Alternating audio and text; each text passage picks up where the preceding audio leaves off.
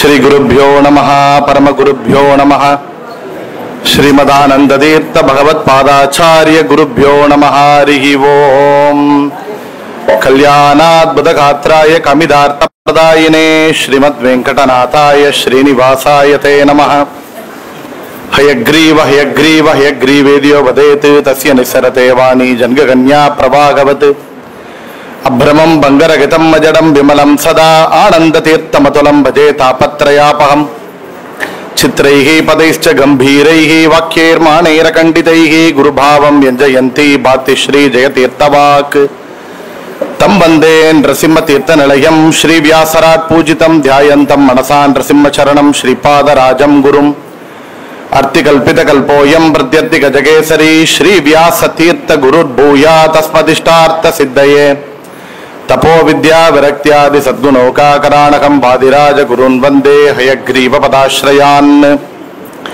ಭಕ್ತಾನಾಂ ಮಾನಸಾಂ ಭೋಜ ಬಾಣವೇ ಕಾಮಧೇನವೇ ನಮತಾಂ ಕಲ್ಪತರವೇ ಜಯೀಂದ್ರ ಗುರವೇ ನಮಃ ಪ್ರಣಮತ್ ಕಾಮಧೇನುಂ ಚ ಭಜಸ್ಸುರತರೂಪಮಂ ಶ್ರೀ ಭಾವಬೋಧ ಕೃತ್ಪಾದ ಚಿಂತಾಮಣಿಂ ಉಪಾಸ್ಮಹೇ ಪೂಜ್ಯಾಯ ರಾಘವೇಂದ್ರಾಯ ಸತ್ಯ ಧರ್ಮರತಾಯ ಚ ಭಜತಾಂ ಕಲ್ಪವೃಕ್ಷಾಯ ನಮತಾಂ ಕಾಮಧೇನವೇ ಆಪಾದ ಮೌಳಿ ಪರ್ಯಂತಂ ಗುರುಣಾಂ ಆಕೃತಿಂ ಸ್ಮರೇತೇನ ವಿಘ್ನಾಃ ಪ್ರಣಶ್ಯಂತಿ ಸಿದ್ಧ್ಯಂತಿ ಚ ಮನೋರಥಾಃ ಶ್ರೀ ಗುರುಭ್ಯೋ ನಮಃ ಹರಿ ಓಂ.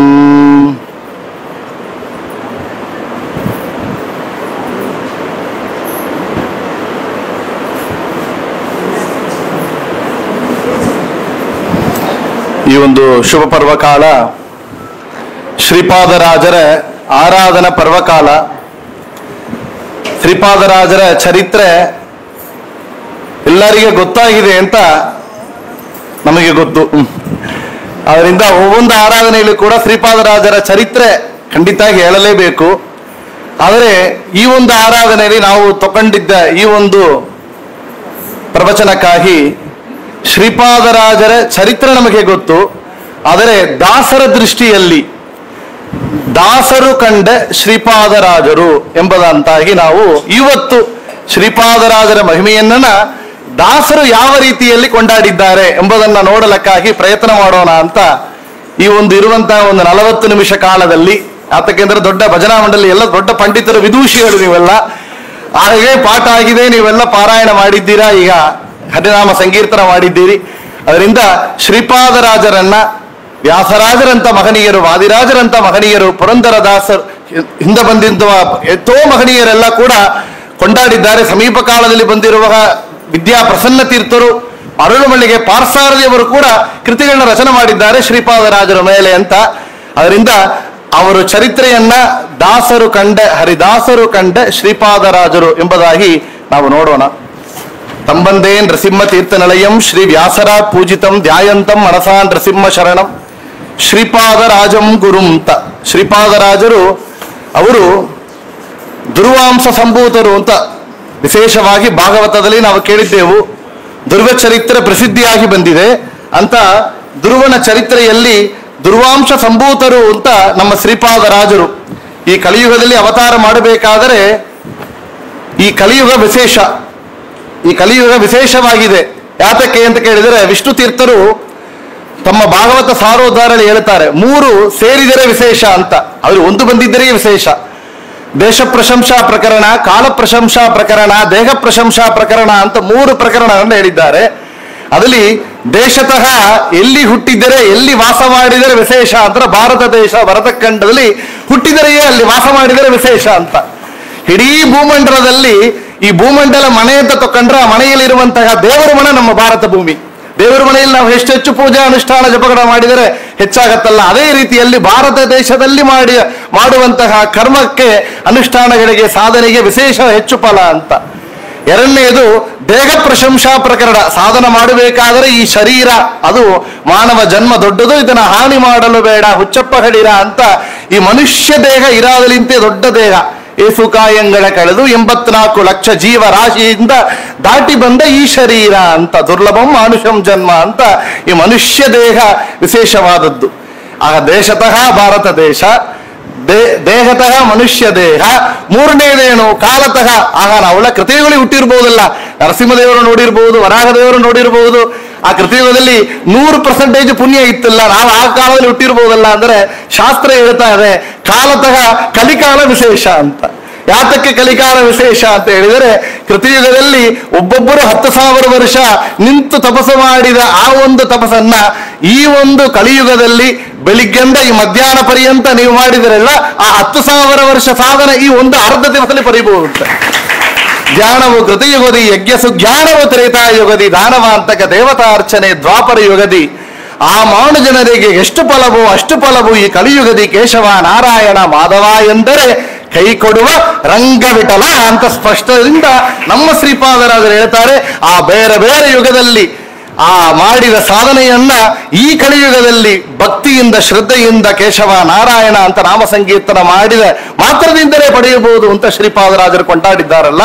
ಅದರಿಂದಲೇ ದೊಡ್ಡ ದೊಡ್ಡ ಮಹನೀಯರೆಲ್ಲ ನಾರದರು ಪುರಂದರ ದಾಸರಾಗಿ, ಪ್ರಹ್ಲಾದರಾಜರು ವ್ಯಾಸರಾಜರಾಗಿ, ರಾಘವೇಂದ್ರ ತೀರ್ಥರಾಗಿ, ಗಡೋದ್ಗಜನಾದ ನಿವೃತ್ತಿ ಅಂಶ ಸಂಭೂತರು ರಘುತ್ತಮ ತೀರ್ಥರಾಗಿ, ಯಮಧರ್ಮರಾಜರು ಕನಕದಾಸರಾಗಿ, ದುರ್ವಾಂಸ ಸಂಭೂತರಾನ ಅವರು ಶ್ರೀಪಾದರಾಜರಾಗಿ ಕಲಿಯುಗದಲ್ಲಿ ಯಾತಕ ಬಂದಿದ್ದಾರೆ ಅಂದರೆ ಸುಲಭ ಕಲಿಯುಗದಲ್ಲಿ. ಮತ್ತು ಅದು ಮಾತ್ರ ಇಲ್ಲ, ಅವರಿಗೆ ಸಾಧನ ಆಗಿದೆ ಇದ್ದು ಮತ್ತೆ ಎಲ್ಲ ಜನರಿಗೂ ಸಾಧನ ಮಾಡಿಸಬೇಕಲ್ಲ, ಅದರಿಂದ ಕಲಿಯುಗದಲ್ಲಿ ಸಾಧನ ಮಾರ್ಗ ಸುಲಭ ಅಂತ ಹೇಳಿ ಅವತಾರವನ್ನು ಮಾಡಿದ್ದಾರೆ ಅಂತ ನಾವು ತಿಳಿಯಬೇಕು. ಅಂತ ದುರ್ವಾಂಶ ಸಂಭೂತರು ಶ್ರೀಪಾದರಾಜರು. ಶ್ರೀಪಾದರಾಜರು ದುರ್ವಾಂಶ ಸಂಭೂತರು ಅಂತ ನಮಗೆ ಹೆಂಗೆ ಗೊತ್ತು ಅಂತ ಕೇಳಿದರೆ, ವಿಶೇಷವಾಗಿ ಭೂಪತಿ ವಿಠಲದಾಸರು ಒಂದು ಕೃತಿಯನ್ನು ಮಾಡಿದ್ದಾರೆ. ಎಂತ ಗುರು ಶಿಷ್ಯ ಜೋಡಿಯು ನೋಡಿರೆ ಅಂತ ವ್ಯಾಸರಾಜರು ಶ್ರೀಪಾದರಾಜರನ್ನ ಕೊಂಡಾಡ್ತಾರೆ. 2 ಬದನ ಹೇಳ್ತಾರೆ, ಧ್ರುವರಾಜ ವಂಶದಿಂದ ಎಳೆಯೊಳಗೆ ಅವತರಿಸಿ ದುರ್ವಿಷಯದೊಳು ವೈರಾಗ್ಯ ಬೆಳೆಸಿ ಬಾಲ್ಯದಲ್ಲಿ ಪರಮಹಂಸಾಶ್ರಮ ಸ್ವೀಕರಿಸಿ ಶ್ರೀಪಾದರಾಜರೆಂದು ಎನಿಸಿ ಮೆರೆವರು ನೋಡು ಅಂತ. ಧ್ರುವರಾಜ ವಂಶದಿಂದ ಎಳೆಯೊಳಗೆ ಅವತರಿಸಿ ಅಂತ ಸ್ಪಷ್ಟವಾಗಿ ಭೂಪತಿ ವಿಠಲದಾಸರು ಹೇಳ್ತಾರೆ. ಇನ್ನು ಎಷ್ಟೋ ಮಹನೀಯರು, ಗುರು ಮಧ್ವಪತಿ ವಿಠಲದಾಸರು ಒಂದು ಕೃತಿಯನ್ನು ಮಾಡಿದ್ದಾರೆ ಶ್ರೀಪಾದರಾಜರ ಮೇಲೆ, ಒಂದು ಊಹಾಪೋಹ. ಅದರಲ್ಲಿ 3 ಜನನ ಕೊಂಡಾಡ್ತಾರೆ ವಿಶೇಷವಾಗಿ. ವರಧ್ರುವನ ಅವತಾರ ಶ್ರೀಪಾದರಾಜರು, ಶ್ರೀ ರಂಗವಿಠಲನ ಉಪಾಸಕರು. ಅವರು ಯಾರು? ರಂಗವಿಠಲನ ಉಪಾಸಕರು. ರುಕ್ಮಿಣಿ ಸತ್ಯಭಾಮ ಸಮೇತ ರಂಗವಿಠಲನ ಉಪಾಸನ ಮಾಡಿದವರು. ತರಡ ಪ್ರಹ್ಲಾದನೇ ಜನಿಸಿದ ಶೇಷಾಂಶ ಗುರು ವ್ಯಾಸರೇ ಶ್ರೀಕೃಷ್ಣ ಉಪಾಸಕರು. ಪ್ರಹ್ಲಾದರಾಜರೇ ಶೇಷಾಂಶ ಸಂಭೂತರಾಗಿ ವ್ಯಾಸರಾಜರಾಗಿ ಅವತಾರ ಮಾಡಿದ್ದಾರೆ, ಶ್ರೀಕೃಷ್ಣ ಉಪಾಸಕರು. ಸುರಮುನಿ ಅವತಾರ ನಾರದರೆ ಶ್ರೀ ಪುರಂದರ ವಿಠಲನ ಉಪಾಸಕರು. ಪುರಂದರದಾಸರು ನಾರದರ ಅವತಾರವೇ ಇಲ್ಲಿ ಪುರಂದರದಾಸರಾಗಿ ಬಂದಿದ್ದಾರೆ. ಇವರೆಲ್ಲ ತಿಳಿರಿ, ಅವರೆಲ್ಲ ಸಾಮಾನ್ಯರಲ್ಲ. ಧರೆಯೊಳು ಮೂವರಿಗೆ ನರರೆಂದ ನರರಿಗೆ, ಅವರೆಲ್ಲ ಸಾಮಾನ್ಯ ನರರು ಅಂತ ಹೇಳಿಬವರಿಗೆ ನರಕ ತಪ್ಪದು ಕಾಣು ಗುರು ಮಧ್ವಪತಿ ವಿಠಲ ಅಂತ ಒಂದು ಉಗಾಭೋಗ. ನರಕ ತಪ್ಪದು ಕಾಣು, ಅವರೆಲ್ಲ ಸಾಮಾನ್ಯ ನರರಲ್ಲ, ಅವರೆಲ್ಲ ಒಬ್ಬರೊಬ್ಬರು ದೇವಾಂಶ ಸಂಭೂತರು ಅಂತ ವಿಶೇಷವಾಗಿ ಗುರು ಮಧ್ವಪತಿ ವಿಠಲದಾಸರು ಕೊಂಡಾಡುತ್ತಾರೆ. ಈ ರೀತಿಯಲ್ಲಿ ದುರ್ವಾಂಶ ಸಂಭೂತರಾದ ಅವರು ನಮ್ಮ ಶ್ರೀಪಾದರಾಜರು ಅವತಾರ ಮಾಡಬೇಕಾದರೆ ಅವರು ನಾವು ಕೇಳ್ತೇವೆ, ಅವರ ಬಾಲ್ಯದಲ್ಲಿ ಅವರ ಮಹಿಮೆ ಹೇಳಬೇಕಾದ್ರೆ ನಮಗೆ ಸಮಯ ತುಂಬಾ ಸಂಕ್ಷಿಪ್ತವಾಗಿದೆ. ಈ ಸಂಕ್ಷಿಪ್ತ ಸಮಯದಲ್ಲಿ ಯಾರು ಹೇಳಬೇಕು? ಅಂತ ದೊಡ್ಡ ವ್ಯಾಸರಾಜರ ಅವರ ಮಹಿಮೆ ಹೇಳಬೇಕಾದರೆ ಮಹಿಮೆ ಸಾಳದೆ, ಇಷ್ಟು ಮಹಿಮೆ ಸಾಳದೆ. ಅಗಿಶಯನನ ಒಳುಮೆಯಿಂದ ಮಗಿಯೊಳೊಮ್ಮೆ ಶ್ರೀಪಾದರಾಯರ ಮಹಿಮೆ ಸಾಳದೆ. ಇಷ್ಟು ಮಹಿಮೆ, ಅವರ ಮಹಿಮೆಯನ್ನು ಹೇಳಕ್ಕೆ ನಮ್ಮಿಂದ ಸಾಧ್ಯ ಇಲ್ಲ ಅಂತೇಳಿ, ಅವರ ಮಹಿಮೆ ಹೇಳಕ್ಕೆ ನಮ್ಮಿಂದ ಸಾಧ್ಯ ಇಲ್ಲ ಅಂತ ವ್ಯಾಸರಾಜರು ಹೇಳಬೇಕಾದರೆ ಅವರ ಮಹಿಮೆ ಎಷ್ಟಿರಬೇಕು? ಶ್ರೀಪಾದರಾಜರ ಮಹಿಮೆ. ಶ್ರೀಪಾದರಾಜರು ಅಂತ ಕೇಳಿದರೆ ಅವರ ಪರಂಪರೆ ನಮ್ಮ ಆಚಾರ್ಯರ ಪರಂಪರೆಯಲ್ಲಿ ವಿಶೇಷವಾಗಿ ನಾವು ನೋಡುತ್ತೇವೆ. ಆಚಾರ್ಯರ ಪ್ರಧಾನ ಶಿಷ್ಯರು ಅಂದ್ರೆ ಪದ್ಮನಾಭ ತೀರ್ಥರು, ನರಹರಿ ತೀರ್ಥರು, ಮಾಧವ ತೀರ್ಥರು, ಅಕ್ಷೋಭಿ ತೀರ್ಥರು, ಅವರ ಶಿಷ್ಯರು ಜಯತೀರ್ಥರು, ಅವರ ಶಿಷ್ಯರು ವಿದ್ಯಾಧಿರಾಜರು. ಆ ವಿದ್ಯಾಧಿರಾಜರಿಂದ ಮತ್ತು ರಾಜೇಂದ್ರ ತೀರ್ಥರು, ಅದುವೇ ರಾಜೇಂದ್ರ ತೀರ್ಥ ಪೂರ್ವಾದಿ ಮಠ ಅಂತ ಮುಂದೆ ಬರುತ್ತೆ. ಆ ವಿದ್ಯಾಧಿರಾಜರ ಮತ್ತೊಂದು ಶಿಷ್ಯರೇ ಮುಂದೆ ಬರ್ತಾರೆ ರಾಮಚಂದ್ರ ತೀರ್ಥರು. ಅವರ ಶಿಷ್ಯರೆಲ್ಲ ಮುಂದೆ ವಿದ್ಯಾಧಿರಾಜರು, ರಾಮಚಂದ್ರ ತೀರ್ಥರು. ಅವಳಿಂದ ಮತ್ತು 2 ಬ್ರಾಂಚ್ ಆಗುತ್ತೆ, ವಿದ್ಯಾನಿಧಿ ತೀರ್ಥರು, ವಿಭುಧೇಂದ್ರ ತೀರ್ಥರು ಅಂತ. ಅದು ವಿದ್ಯಾನಿಧಿ ತೀರ್ಥರ ಪರಂಪರೆ ಉತ್ತರಾದಿ ಮಠ. ವಿಭುಧೇಂದ್ರ ತೀರ್ಥರ ಮಠವೇ ಹಿಂದೆ ರಾಯರ ಮಠ ಅಂತ. ವಿಭುಧೇಂದ್ರ ತೀರ್ಥರು, ಜಿತಾಮಿತ್ರ ತೀರ್ಥರು, ರಘುನಂದನರು, ಸುರೇಂದ್ರರು, ವಿಜಯೇಂದ್ರರು, ಸುಧೀಂದ್ರರು, ರಾಘವೇಂದ್ರರು ಅಂತ ಪರಂಪರೆ. ಇದು ಆಚಾರ್ಯರ ವಿಧಾನವಾದ ಪರಂಪರೆ ಅಂತ ನೋಡ್ತೇವೆ. ಆದರೆ ಆಚಾರ್ಯರ ಪ್ರಧಾನ ಶಿಷ್ಯರಾದ ಪದ್ಮನಾಭ ತೀರ್ಥರಿಗೆ ಆಚಾರ್ಯರು ಮೂಲರಾಮ ದೇವರನ್ನು ಕೊಟ್ಟಿದ್ದರು, ಮೂಲ ಗೋಪಿನಾಥ ದೇವರನ್ನು ಕೊಟ್ಟಿದ್ದರು. ಆ ಮೂಲ ಗೋಪಿನಾಥ ದೇವರನ್ನ ಆ ಪರಂಪರೆಯೇ ಅದು ಪದ್ಮನಾಭ ತೀರ್ಥರ ಪರಂಪರೆ. ಮುಂದೆ ಸೆಪರೇಟ್ ಆಗಿ ಒಂದು ಪರಂಪರೆ ಬರುತ್ತೆ, ಅದು ಲಕ್ಷ್ಮೀಧರ ತೀರ್ಥರು, ಸಂಕರ್ಷಣ ತೀರ್ಥರು, ಪರಶುರಾಮ ತೀರ್ಥರು, ಆದಿರಾಜ ತೀರ್ಥರು, ಸತ್ಯವ್ರತ ತೀರ್ಥರು, ಸ್ವರ್ಣವರ್ಣ ತೀರ್ಥರು, ಅವರ ಶಿಷ್ಯರಾದ ಶ್ರೀಪಾದರಾಜರು. ಇದುವೇ ಪದ್ಮನಾಭ ತೀರ್ಥರ ಮಠ, ಅದು ಶ್ರೀಪಾದರಾಜರಿಗೆ, ಆಮೇಲೆ ಶ್ರೀಪಾದರಾಜರ ಮಠ, ಅವರು ಬೃಂದಾವನ ಇರುವಂತಹ ಜಾಗನ ಇಟ್ಟುಕೊಂಡು ಮುಳುಬಾಗಳು ಮಠ ಅಂತ ಇದು ಪ್ರಸಿದ್ಧವಾಗಿದೆ. ಇದರನ್ನ ವಿದ್ಯಾ ಪ್ರಸನ್ನ ತೀರ್ಥರು ಒಂದು ಹಾಡಲ್ಲಿ ಕೊಂಡಾಡ್ತಾರೆ ನೋಡಿ.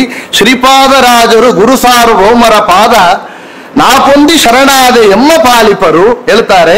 ಶ್ರೀಪ ನರಹರಿ ಸಿಂಶುಮಾರ ಹಯಮುಖ ರಾಮ ಗೋಪಿ ವಲ್ಲಭ ರಂಗ ಒಲಿದಿಗ ಮಗಂತ ಎಲ್ಲ ಭಗವಂತನ ರೂಪಗಳನ್ನ ಹೇಳಿ ಮುಂದೆ ಹೇಳ್ತಾರೆ ಈ ಪರಂಪರೆ ಏನು ಅಂತ ಹೇಳ್ತಾರೆ ವಿದ್ಯಾಪ್ರಸನ್ನ ತೀರ್ಥರು.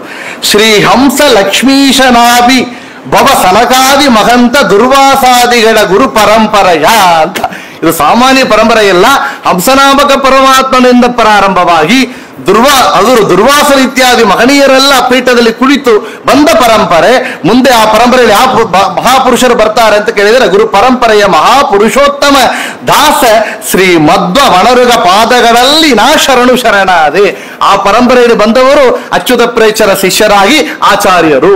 ಆ ಆಚಾರ್ಯರ ಶಿಷ್ಯರಾಗಿ ಬಂದವರು ಯಾರು ಅಂದ್ರೆ ಪದ್ಮನಾಭ ತೀರ್ಥರು. ಆ ಪದ್ಮನಾಭ ತೀರ್ಥರ ಪರಂಪರೆಯಲ್ಲಿ ಬಂದವರು ಶ್ರೀಪಾದರಾಜರು. ರಾಜೀವ ಭವಪಿತ ರಾಜರಾಜೇಶ್ವರನು, ರಾಜೀವಾಲಯ ಪದ ಪ್ರಸನ್ನ ಶ್ರೀನಿವಾಸ, ರಾಜೀವ ಹೃತ್ಪದ್ಮದಲ್ಲಿ ಜ್ವಲಿಪ ಶ್ರೀಪಾದರಾಜರಿಗೆ ಶರಣಾದೆ ಎಮ್ಮ ಪಾಲಿಪರು ಅಂತ ವಿದ್ಯಾಪ್ರಸನ್ನ ತೀರ್ಥರು ಈ ಪರಂಪರೆ ಯಾವ ರೀತಿಯಲ್ಲಿ ಬಂದಿದೆ ಎಂಬ ವಿಶೇಷವನ್ನ ತಮ್ಮ ಕೃತಿಗಳಲ್ಲಿ ವಿಶೇಷವಾಗಿ ಹೇಳಿದ್ದಾರೆ. ಅಂತಹ ಪರಂಪರೆಯಲ್ಲಿ ಬಂದವರು ಶ್ರೀಪಾದರಾಜರು. ಶ್ರೀಪಾದರಾಜರ ಬಾಲ್ಯ ಅಂತ ಕೇಳಿದರೆ ಅವರು ತಂದೆ ತಾಯಿಗಳು ಅಬ್ಬೂರು ಪ್ರಾಂತ್ಯದಲ್ಲಿ ಇದ್ದವರು. ಶೇಷಗಿರಿಯಾಚಾರು ಅಂತ ಅವರ ತಂದೆ ಹೆಸರು. ಆ ಶೇಷಗಿರಿಯಾಚಾರ ಮಗನಾಗಿ ಇವರು ಅವತಾರವನ್ನು ಮಾಡಿದ್ದಾರೆ. ಇವರು ಬಾಲ್ಯವನ್ನು ಕೇಳಬೇಕಾದ್ರೆ ರಮಾಕಾಂತ ವಿಠಲದಾಸರು ಅಂತ ಒಬ್ರು, ಅವರು ಶ್ರೀಪಾದರಾಜರ ಚರಿತ್ರೆಯ ಪೂರ್ತಿಯಾಗಿ ಒಂದೇ ಕೃತಿಯಲ್ಲಿ ಕೊಟ್ಟಿದ್ದಾರೆ. ವಿಜಯದಾಸರು ಒಂದು ಸುಳಾದಿ ಮಾಡಿದ್ದಾರೆ ಶ್ರೀಪಾದರಾಜರ ಮೇಲೆ. ಅದರಲ್ಲಿ ಕೂಡ ವಿಶೇಷವಾಗಿ ಶ್ರೀಪಾದರಾಜರ ಮಹಿಮೆ ನಮಗೆ ಕಾಣಿಸುತ್ತೆ. ಆ ರಮಾಕಾಂತ ವಿಠಲದಾಸರು ಬಾಲತನದ ಲೀಲೆಯಿಂದ ಕಾಲ ಕಳೆಯುತ್ತಿರಲು, ಬಾಲತನದ ಲೀಲೆಗಳನ್ನ ಕಾಲ ಕಳೀತಾ ಇದ್ರು. ಹುಟ್ಟಿದ ಮಗು ಅವರು ಶೇಷಗಿರಿಯಾಚಾರ್ಯ ಮಗನಾಗಿ ಅವತಾರವನ್ನು ಮಾಡಿದ್ದಾರೆ. ಆ ಮಾಡಿದಾಗ ಅವರು ಹೇಳ್ತಾರೆ, ಅಬ್ಬೂರೆ ಇಲ್ಲಿ ತಂದೆ ವೆಂಕಟೇಶ ವಿಠಲದಾಸರು ಒಂದು ಕೃತಿಯನ್ನು ಮಾಡ್ತಾರೆ, ಶ್ರೀಪಾದರಾಜಂ ಭಜಿಸಿರೋ ಅಂತ ಒಂದು ಹಾಡು. ಅದ್ರಲ್ಲಿ ಹೇಳ್ತಾರೆ, ಅಬ್ಬೂರ ಶೇಷಗಿರಿಯಾಚಾರ್ಯರೆಂಬೋರ್ವ ಸುಬ್ರಾಹ್ಮಣೋತ್ತಮನ ಜಾಯಗಿರಿ ನಾಮಗಳ ಗರ್ಭಾಮೃತಾಬ್ದಗಿಸಿ ವಿಧಿಬಿಂಬಂತೆ ಪ್ರಾತುರ್ಭವಸಿ ಮುತವೀವ ಅಂತ. ಅಲ್ಲಿ ಯಾರು ಅಂದ್ರೆ ಸುಬ್ರಾಹ್ಮಣೋತ್ತಮನ ಮನೆಯಲ್ಲಿ ಅಂತ. ಅವ್ರ ಅವತಾರ ಮಾಡಬೇಕಾದ್ರೆ ಜ್ಞಾನಿಗಳು ಸಾಮಾನ್ಯರ ಮನೆಯಲ್ಲಿ ಮಾಡೋದಿಲ್ಲ. ಹನುಮಂತನಾಗಿ ಅವತಾರ ಮಾಡಬೇಕಾದ್ರೆ ವಾಯುದೇವರು ವಿಶೇಷವಾಗಿ ಅಂಜನಾದೇವಿ ತಪಸ್ಸು ಮಾಡಿದ್ರು. 12 ವರ್ಷ ತಪಸ್ಸು ಮಾಡಿದ್ದಕ್ಕಾಗಿ ಹುಟ್ಟಿದರು. ಅಲ್ಲಿ ಕುಂತಿ ವಿಶೇಷವಾಗಿ ತಪಸ್ಸನ್ನು ಮಾಡಿ ತಮ್ಮ ಗುರುವಾದ ದುರ್ವಾಸರ ಉಪದೇಶ ಮಾಡಿದ ಮಂತ್ರವನ್ನ ಮತ್ತು ಪಾಠವನ್ನು ಮಾಡಿದಾಗ ಅಲ್ಲಿ ಭೀಮಸೇನ ದೇವರಾಗಿ ಅವತಾರ ಮಾಡಿದರು ವಾಯುದೇವರು. ಆಚಾರ್ಯರ ಅವತಾರ ಮಾಡಬೇಕಾದಾಗ ಬದ್ದಿಗೆಗ ಭಟ್ಟರ ದಂಪತಿಗಳು ಎಷ್ಟು ವರ್ಷ, 12 ವರ್ಷ ಅಲ್ಲಿ ವಿಶೇಷವಾಗಿ ವ್ರತವನ್ನು ಮಾಡಿ ಅನುಷ್ಠಾನವನ್ನು ಮಾಡಿದ್ರಿಂದ ಆಚಾರ್ಯರ ಅವತಾರ ಮಾಡಿದ್ದಾರೆ. ಆಗ ಇಲ್ಲಿ ಶ್ರೀಪಾದರಾಜರ ಅವತಾರ ಮಾಡಬೇಕಾದರೆ ಸುಬ್ರಾಹ್ಮಣೋತ್ತಮನ ಅಂತ ಹೇಳ್ತಾರೆ. ಇಲ್ಲಿ ವಿಶೇಷವಾಗಿ ತಂದೆ ವೆಂಕಟೇಶ ವಿಠಲದಾಸರು ಬ್ರಾಹ್ಮಣೋತ್ತಮರು, ಅವರು ವರಶೇಷ ಗಿರಿಯಾಚಾರ್ಯರೆಂಬ ಬ್ರಾಹ್ಮಣೋತ್ತಮರ ಮನೆಯಲ್ಲಿ ಅವತಾರವನ್ನು ಮಾಡಿದರು. ಹುಟ್ಟಿದಾಗ ಅವರಿಗೆ ಇಟ್ಟ ನಾಮಕರಣ ಏನು ಅಂತ ಕೇಳಿದರೆ ಲಕ್ಷ್ಮೀನಾರಾಯಣ ಅರ್ಥ ಅವರಿಗೆ ಹೆಸರು. ಲಕ್ಷ್ಮೀನಾರಾಯಣ ಎಂಬ ನಾಮಕರಣವನ್ನು ಮಾಡಿದ್ರು. ಆ ನಾಮಕರಣ ಮಾಡಿದಾಗ ಹೇಳ್ತಾರೆ, ಅವರು ಬಾಲ್ಯದಲ್ಲಿ 5 ವಯಸ್ಸು ಬಾಲಕ ಗೋ ಸಂರಕ್ಷಣೆಯನ್ನು ಮಾಡ್ತಾ ಇದ್ರು. ಅವನೇ ಹೇಳ್ತಾರೆ, ಬಾಲತನದಿ ಲೀಲೆಯಿಂದ ಕಾಲ ಕಳೆಯುತ್ತಿರಲು ಕರುಣಾಳು ಸ್ವರ್ಣವರ್ಣ ತೀರ್ಥರ ಮೇಲು ಕೃಪೆಗೆ ಪಾತ್ರರಾದರು. ಏನು ಧನ್ಯನೋ ಮಾತಾಪಿತರು ಏನು ಸುಕೃತವ ಪಡೆದರೋ, ಅವರು ಮಾತಾಪಿತರು ಏನು ಸುಕೃತವ ಪಡೆದರೋ. ಏನಾಗಿತ್ತು ನಾವು ಕೇಳ್ತೇವೆ ಚರಿತ್ರೆಯಲ್ಲಿ. ಒಂದು ಬಾರಿ ಅವರು ವನಪ್ರಾಂತ್ಯದಲ್ಲಿ ಗೋ ಸಂರಕ್ಷಣೆ ಮಾಡ್ತಾ ಇದ್ರು. ಸ್ವರ್ಣವರ್ಣ ತೀರ್ಥರು ಆ ಜಾಗಕ್ಕೆ ಬಂದಿದ್ದಾರೆ. ಸ್ವರ್ಣವರ್ಣ ತೀರ್ಥರು ಹೇಳಿದ್ದೆ ಯಾರು ಅಂತ, ಅವ್ರ ಗುರುಗಳು ಪರಶುರಾಮ ತೀರ್ಥರು ಶ್ರೀರಂಗದಲ್ಲಿ ಅವರೆಲ್ಲರ ಮೂಲ ಬೃಂದಾವನ ಇದೆ. ಇವತ್ತು ಪರಿಸ್ಥಿತಿ ಅಲ್ಲಿ ಆರಾಧನಾ ಮಾಡಲಿಕ್ಕೆ ನಮಗೆ ಸಂದರ್ಭ ಆಗೋದಿಲ್ಲ. ಪರಶುರಾಮ ತೀರ್ಥರ ಮೂಲ ಬೃಂದಾವನ ಚಂದ್ರ ಪುಷ್ಕರಣಿ ಒಳಗೆ ಇದೆ. ಆದಿರಾಜರ ತೀರ್ಥರು ಅವರ ಶಿಷ್ಯರಾದ ಸ್ವರ್ಣವರ್ಣ ತೀರ್ಥರು, ನೀವು ರಂಗನಾಯಿಕೆ ಅಮಣವನ್ನು ನೋಡಿ ಪ್ರದರ್ಶನ ಬಂದ್ರೆ ಅಲ್ಲಿ ಇದೆ. ಅವರ ಶಿಷ್ಯರಾದ ಸ್ವರ್ಣವರ್ಣ ತೀರ್ಥರ ಮೂಲ ಬೃಂದಾವನ ನಾವು ನೋಡ್ತಾ ಇದ್ದೇವೆ. ಅವರು ಬರ್ತಾ ಇದ್ದಾರೆ ಇಲ್ಲಿ. ಇದ್ರಲ್ಲಿ ಏನು ವಿಶೇಷ ಅಂತ ಕೇಳಿದ್ರೆ, ಸ್ವರ್ಣವರ್ಣ ತೀರ್ಥರು ಪುರುಷೋತ್ತಮ ತೀರ್ಥರು ತುಂಬಾ ಸ್ನೇಹಿತರು. ಆ ಕಾಲದಲ್ಲಿ ಪುರುಷೋತ್ತಮ ತೀರ್ಥರು ವ್ಯಾಸರಾಜ ಮಠ ಪರಂಪರೆಯಲ್ಲಿ ಬಂದವರು. ಅವರು ಗುಹೆಯಲ್ಲಿ ತಪಸ್ಸು ಮಾಡ್ತಾ ಇದ್ರು. ಅವರನ್ನು ನೋಡ್ಲಿಕ್ಕಾಗಿ ಬರ್ತಾ ಇದ್ದಾರೆ ಇಲ್ಲಿ ಸ್ವರ್ಣವರ್ಣ ತೀರ್ಥರು. ಬರುವ ಜಾಗದಲ್ಲಿ ವನದಲ್ಲಿ ಈ ಮಗುವನ್ನು ನೋಡ್ತಾರೆ, ಲಕ್ಷ್ಮೀನಾರಾಯಣನ ನೋಡ್ತಾರೆ. ಅವನು ತೇಜಸ್ವಿಯಾಗಿದ್ದಾನೆ, ಮಗು ಕಾಣಿಸ್ತಾ ಅವರಿಗೆ. ನೋಡಿದ ತಕ್ಷಣ ಕೇಳ್ತಾರೆ, ಮಗು ನಾ ಇಲ್ಲಿಂದ ಅಲ್ಲಿ ಅಬ್ಬೂರಿ ಹೋಗಬೇಕಾಗಿದೆ, ಅಲ್ಲಿ ಪುರುಷೋತ್ತಮ ಗುಹೆ ಹೋಗಬೇಕಾಗಿದೆ, ನಾನು ಇಲ್ಲಿಂದ ಹೋಗಬೇಕು ಅಂದ್ರೆ ಎಷ್ಟು ದೂರ ಇರುತ್ತೆ ಅಂತ ಕೇಳಿದ್ರೆ ಅವರು ಹೇಳಿದಿರುವಂತೆ, ನನ್ನ ನೋಡಿ, ಸೂರ್ಯನ ನೋಡಿ, ನನ್ನ ಜೊತೆ ಇರುವಂತಹ ಹಾವುಗಳನ್ನ ನೋಡಿ ನಿಮಗೆ ಗೊತ್ತಾಗತ್ತೆ ಅಂತ. ದೊಡ್ಡ ಕವಿಗಳು ಶ್ರೀಪಾದರಾಜರು ಅಂತ ಸೂಚನೆ ಆಗುತ್ತೆ ಅಲ್ಲಿ. ಇದೇನು ಸೂಚನೆ? ಎಷ್ಟು ದೂರ, ಇಷ್ಟಿಂದ 4 ಕಿಲೋಮೀಟರ್, 5 ಕಿಲೋಮೀಟರ್, 5 ಮೈಲು, ಇಷ್ಟು ಯೋಜನೆ ಅಂತ ಹೇಳ್ಬಹುದು ಅವರು. ಆದ್ರೆ ಅವರು ಹೇಳಿದ ರೀತಿ ಅದು ಕಾವ್ಯತ್ವ, ಅದು ಕಾವ್ಯವನ್ನ ತೋರಿಸುವಂತ ರೀತಿ ಇತ್ತು. ಆಗ ಅವ್ರು ಹೇಳಿದ್ರು, ಅವರಿಗೆ ಗೊತ್ತಾಗಿತ್ತು, ಇವರು ದೊಡ್ಡ ಅಪರೋಕ್ಷ ಜ್ಞಾನಿಗಳು ಸ್ವರ್ಣವರ್ಣ ತೀರ್ಥರು, ಅವರಿಗೆ ದೊಡ್ಡ ಇತ್ತು. ಏನು ಅರ್ಥ ಅಂತ ಕೇಳಿದರೆ, ನಾನು 5 ವಯಸ್ಸು ಬಾಲಕ, ಸೂರ್ಯ ಅಸ್ತಮನ ಆಗುತ್ತಾ ಇವೆ, ನನ್ನ ಜೊತೆ ಬರುವಂತ ಹಾಕಳೆಲ್ಲ ನಮ್ಮ ಮತ್ತು ಮನೆಗೆ ಕರ್ಕೊಂಡು ಹೋಗಬೇಕಾಗಿದೆ, ಆಗ ಹತ್ತಿರವೇ ಇರುತ್ತೆ ಅಂತ ನಿಮಗೆ ಗೊತ್ತಾಗತ್ತೆ ಅಂತ, ಹತ್ತಿರವೇ ಇದು ಅಪೂರ್ವ ಅಂತ ನಿಮಗೆ ಪರಿಚಯ ಆಗುತ್ತೆ, ಗೊತ್ತಾಗತ್ತೆ ಅಂತ. ಆಗ ಹೇಳಿರುತ್ತೆ, ಈ ನನ್ನ ಜೊತೆ ನೀವು ಬರ್ತೀಯಾ ಅಂತ ಕೇಳಿದಿರುತ್ತೆ. ಇವ್ರು ಹೇಳಿರುತ್ತೆ, ನೀವು ದೊಡ್ಡ ಶ್ರೀಪಾದಂಗಳವರು, ನಿಮ್ಮ ಜೊತೆ ನಾ ಹೆಂಗ ಬರುವುದು ಅಂತ. ಪರವಲ್ಲಪ್ಪ, ನೀ ಶ್ರೀಪಾದರಾಜರಾಗು, ಆಗ ನನ್ನ ಜೊತೆ ಬರ್ಬೋದಲ್ಲ ಅಂತ. ಇಲ್ಲ, ನಾ ಬರೋದಿಲ್ಲ, ಚಿಕ್ಕ ಸಣ್ಣ ಮಗು ಅದು ಹೆದರ್ಕೊಂಡು ಬರ್ತಾರೆ. ಆಗ ಹೇಳಿದೆಲ್ಲ ನಾ ಮುಂದೆ ಹೋಗುತ್ತಾನಪ್ಪ, ನೀ ಹಿಂದೆ ಬಾ ಅಂತ ಹೇಳಿದ್ರು. ನಾ ಮುಂದೆ ಹೋಗುತ್ತಾನೆ, ನೀ ಹಿಂದೆ ಬಾ ಅಂತ ಹೇಳಿದ ಮಾತು ಏನು ಹೇಳ್ತಾರೆ ನೋಡಿ. ಏನು ಧನ್ಯರೋ ಮಾತಾಪಿತರು, ಏನು ಸುಕೃತವ ಪಡೆದರೋ, ಚೋಳಿಯೊಳಗೆ ಇನ್ನು ಎನೆಯ ಇಲ್ಲ, ತಂದೆ ತಾಯಿಗಳ ಎಡೆಗೆ ಸಾರಿ ಚಂದದ ಅನುಮತಿಯ ಪಡೆದು, ಮಂದಹಾಸದಿ ಸ್ವರ್ಣವರ್ಣರ ಹಿಂದೆ ನಡೆದ ಕಂದ ಶಿಷ್ಯರ. ಸ್ವರ್ಣವರ್ಣರ ಹಿಂದೆ ನಡೆದ ಅಂತ ಇಲ್ಲಿ ರಮಾಕಾಂತ ವಿಠಲದಾಸರು ಹೇಳ್ತಾರೆ. ಅವರು ಹಿಂದೆ ಹೋದವರು ಅಂತೆ, ಹೋಗಿದ್ದಾರೆ. ನೇರ ಅಲ್ಲಿ ಪುರುಷೋತ್ತಮ ಗುಹೆ ಹೋಗುತ್ತಾರೆ. ಅಲ್ಲಿ ಪುರುಷೋತ್ತಮ ತೀರ್ಥರಲ್ಲಿ ಕೇಳ್ತಾರೆ, ನಿಮಗೆ ಒಳ್ಳೆ ಶಿಷ್ಯರಾಗಿದೆ ಯಾರು? ಬ್ರಹ್ಮಣ್ಯ ತೀರ್ಥರು. ಅವರಂತ ಒಂದು ಶಿಷ್ಯರಾಗಬೇಕು ಅಂತ. ಈ ಬ್ರಹ್ಮಣ್ಯ ತೀರ್ಥರು ಶ್ರೀಪಾದರಾಜರು ಪೂರ್ವಾಶ್ರಮದಲ್ಲಿ ಕಸಿನ್ ಬ್ರದರ್ಸ್ ಅವರು. ಆಗ ಅವರು ಹೇಳ್ತಾರಂತೆ, ನನ್ನ ಜಾಗದಲ್ಲಿ ದಾರಿಯಲ್ಲಿ ಒಂದು ಮಗು ನೋಡಿದ್ದೆ, ಆ ಮಗು ನನಗೆ ಶಿಷ್ಯರಾಗಬೇಕು ಅಂತ ಹೇಳ್ತಾರೆ. ಏನು ಯೋಚನೆ ಮಾಡಬೇಡಿ, ಅವರು ತಾಯಿ ತಂದೆಗಳನ್ನ ಕರೆಸ್ತೇನೆ ಅಂತ ಹೇಳಿ ಶೇಷಗಿರಿಯಾಚಾರ್ಯರನ್ನ ಕರೆಸಿ ಪುರುಷೋತ್ತಮ ತೀರ್ಥರು ಹೇಳ್ತಾರಂತೆ, ನಿಮ್ಮ ಮಗುವನ್ನ ಈ ಮಠಕ್ಕೆ ಒಪ್ಪಿಸಬೇಕು ಅಂತ. ಆಗ ಅವರಿಗೆ ಚಿಂತನೆ ಆಗುತ್ತೆ, ಒಂದೇ ತುಂಬಾ ಇಷ್ಟು ವರ್ಷ ಬೆಳೆಸಿದ ಮಗುನ ಹೆಂಗ್ ಕೊಳ್ಳಕ್ಕೆ ಸಾಧ್ಯ? ಇವರು ನಿಮ್ಮ ಮನೆಗೆ ಮಗುವಾಗಿರುವಂತ ಮಗು ಇಲ್ಲ, ಈ ಲೋಕಕ್ಕೆ ದೊಡ್ಡ ಮಾರ್ಗದರ್ಶನವನ್ನು ಮಾಡುವಂತಹ ಮಗು ಅಂತ ಹೇಳಿದಾಗ ಅವರು ಏನು ಧನ್ಯನೋ ಮಾತಾಪಿತರು, ಏನು ಸುಕೃತವ ಪಡೆದರು, ತಂದೆ ತಾಯಿಗಳ ಎಡೆಗೆ ಸಾರಿ ಚಂದದ ಅನುಮತಿಯ ಪಡೆದು ಅಂತ ಇಲ್ಲಿ ದಾಸರು ಹೇಳ್ತಾರೆ. ಏನೋ ಬಿಟ್ಟೋಗಿದ್ದಿಲ್ಲ, ಸಾಲ ತೆಗೆದು ಯಾರಿಲ್ಲ, ಎಸ್ಕೇಪ್ ಆದವರಲ್ಲ, ಸನ್ಯಾಸಿ ಇಲ್ಲ ಅವರು. ಆಚಾರ್ಯರು ಹೇಳ್ತಾರೆ, ಸನ್ಯಾಸಾಶ್ರಮ ತೆಗೆದುಕೊಳ್ಳಬೇಕಾದರೆ ಸರಿಯಾದ ರೀತಿಯಲ್ಲಿ ತಮ್ಮ ಕರ್ತವ್ಯನ್ನ ಪೂರ್ತಿ ಮಾಡಿ ಒಪ್ಪಿಸಿ ಹೋಗ್ಬೇಕಂತೆ. ನೋಡಿ, ಯಾತಕ್ಕೆ ರಾಯರು ಬೃಂದಾವನ ಸನ್ಯಾಸ ತಗೋಬೇಕಾದರೆ ತನ್ನ ಮಗುವಾದ ಲಕ್ಷ್ಮೀನಾರಾಯಣ ಉಪನಯನ ಮಾಡಿದರು. ಉಪನಯನ ತಂದೆಯ ಕರ್ತವ್ಯ ಮಾಡಿ ಮುಡಿಸಿ ಅವರು ಸನ್ಯಾಸಾಶ್ರಮ ತಗೊಂಡಿದ್ದಾರೆ. ಅದರಿಂದ ಕರ್ತವ್ಯನ ಒಪ್ಪಿಸಿ ಹೋಗಬೇಕು. ಆಚಾರ್ಯರು ಸನ್ಯಾಸ ತಗೊಬೇಕಾದರೆ ತಂದೆಯಲ್ಲೂ ಒಪ್ಪೋದು ಕೇಳಿದರು, ತಾಯಿಯಲ್ಲಿ ಪರ್ಮಿಷನ್ ತಕೊಂಡು ಹೋಗಿದ್ದಾರೆ ಅಂತ ನಾವು ನೋಡ್ತೇವೆ. ಆ ರೀತಿಯಲ್ಲಿ ಇವರು ಕೂಡ ತಾಯಿ ತಂದೆಯ ಅನುಮತಿಯನ್ನ ಪಡೆದು ಮಂದಹಾಸದಿ ಸ್ವರ್ಣವರ್ಣರ ಹಿಂದೆ ನಡೆದ ಕಂದ ಶಿಷ್ಯರ ಅಂತ ಅವರು ಹಿಂದೆ ಹೋಗಿ ಆ ಸನ್ಯಾಸಾಶ್ರಮವನ್ನು ಪಡೆದರು. ಮುಂದೆ ಹೇಳ್ತಾರೆ, ಏನ್ ಮಾಡಿದರು ಅಂದ್ರೆ 7 ವರ್ಷ ಆಗ ಅವರು ಉಪನಯನವನ್ನು ಮಾಡುದು. 7 ವರ್ಷ ಸಂತತಿರಳು ಬಹಳ ಬ್ರಹ್ಮಚಾರಿಯಾಗಿ ಮೇರೆ ಸಕಲ ಶಾಸ್ತ್ರಗಳನ್ನು ಲೀಲೆಯಿಂದ ಪಡಲಗೈದರು ಅಂತ. 7 ವರ್ಷ ಕಾಲದಲ್ಲಿ ಉಪನಯನವನ್ನು ಸ್ವೀಕಾರ ಮಾಡಿ ಮತ್ತು ಎಲ್ಲ ವಿಶೇಷವಾಗಿ ಆಚಾರ್ಯರ ಶಾಸ್ತ್ರಗಳನ್ನ ಸ್ವರ್ಣವರ್ಣ ತೀರ್ಥರಲ್ಲಿ ಅಧ್ಯಯನ ಮಾಡಿದ್ದಾರಂತೆ.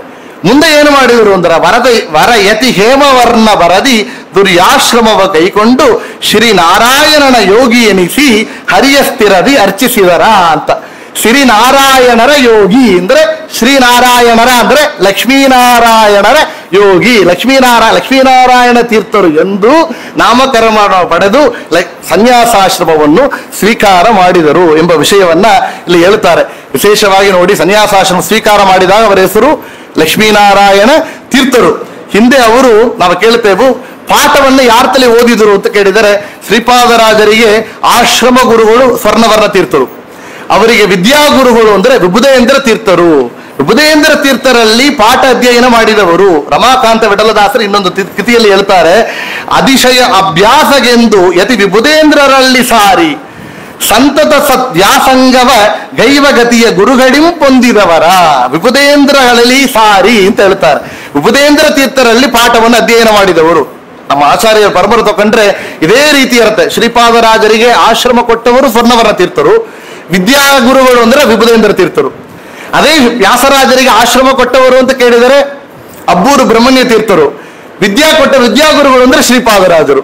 ಅದೇ ವಿಜಯೇಂದ್ರ ತೀರ್ಥ ನೋಡಿ, ವಿಜಯೇಂದ್ರ ತೀರ್ಥರೇ ಆಶ್ರಮ ಕೊಟ್ಟವರು, ವಿದ್ಯಾ ಕೊಟ್ಟವರು ಎರಡನೇ ವ್ಯಾಸರಾಜರೇ. ಅವರನ್ನು ಕೂಡ ಪಟ್ಟವನ್ನು ಕೊಟ್ಟವರು, ಪೀಠವನ್ನು ಕೊಟ್ಟವರು ಅಂತ ಕೇಳಿದರೆ ಅವರು ಸುರೇಂದ್ರ ತೀರ್ಥರು. ಅದೇ ರೀತಿಯಲ್ಲಿ ಎಲ್ಲರಿಗೂ ಕೂಡ ಎರಡು ಗುರುಗಳು ಇದ್ದೇ ಇರ್ತಾರೆ. ಅದೇ ಇಲ್ಲಿ ಶ್ರೀಪಾದರಾಜರಿಗೆ ವಿಶೇಷವಾಗಿ ವಿದ್ಯೆಯನ್ನು ಕೊಟ್ಟವರು ಅಂದ್ರೆ ವಿಭುದೇಂದ್ರ ತೀರ್ಥರು. ಎಲ್ಲಿ ಎಷ್ಟೊಂದು ಸಂಬಂಧ ನೋಡಿ.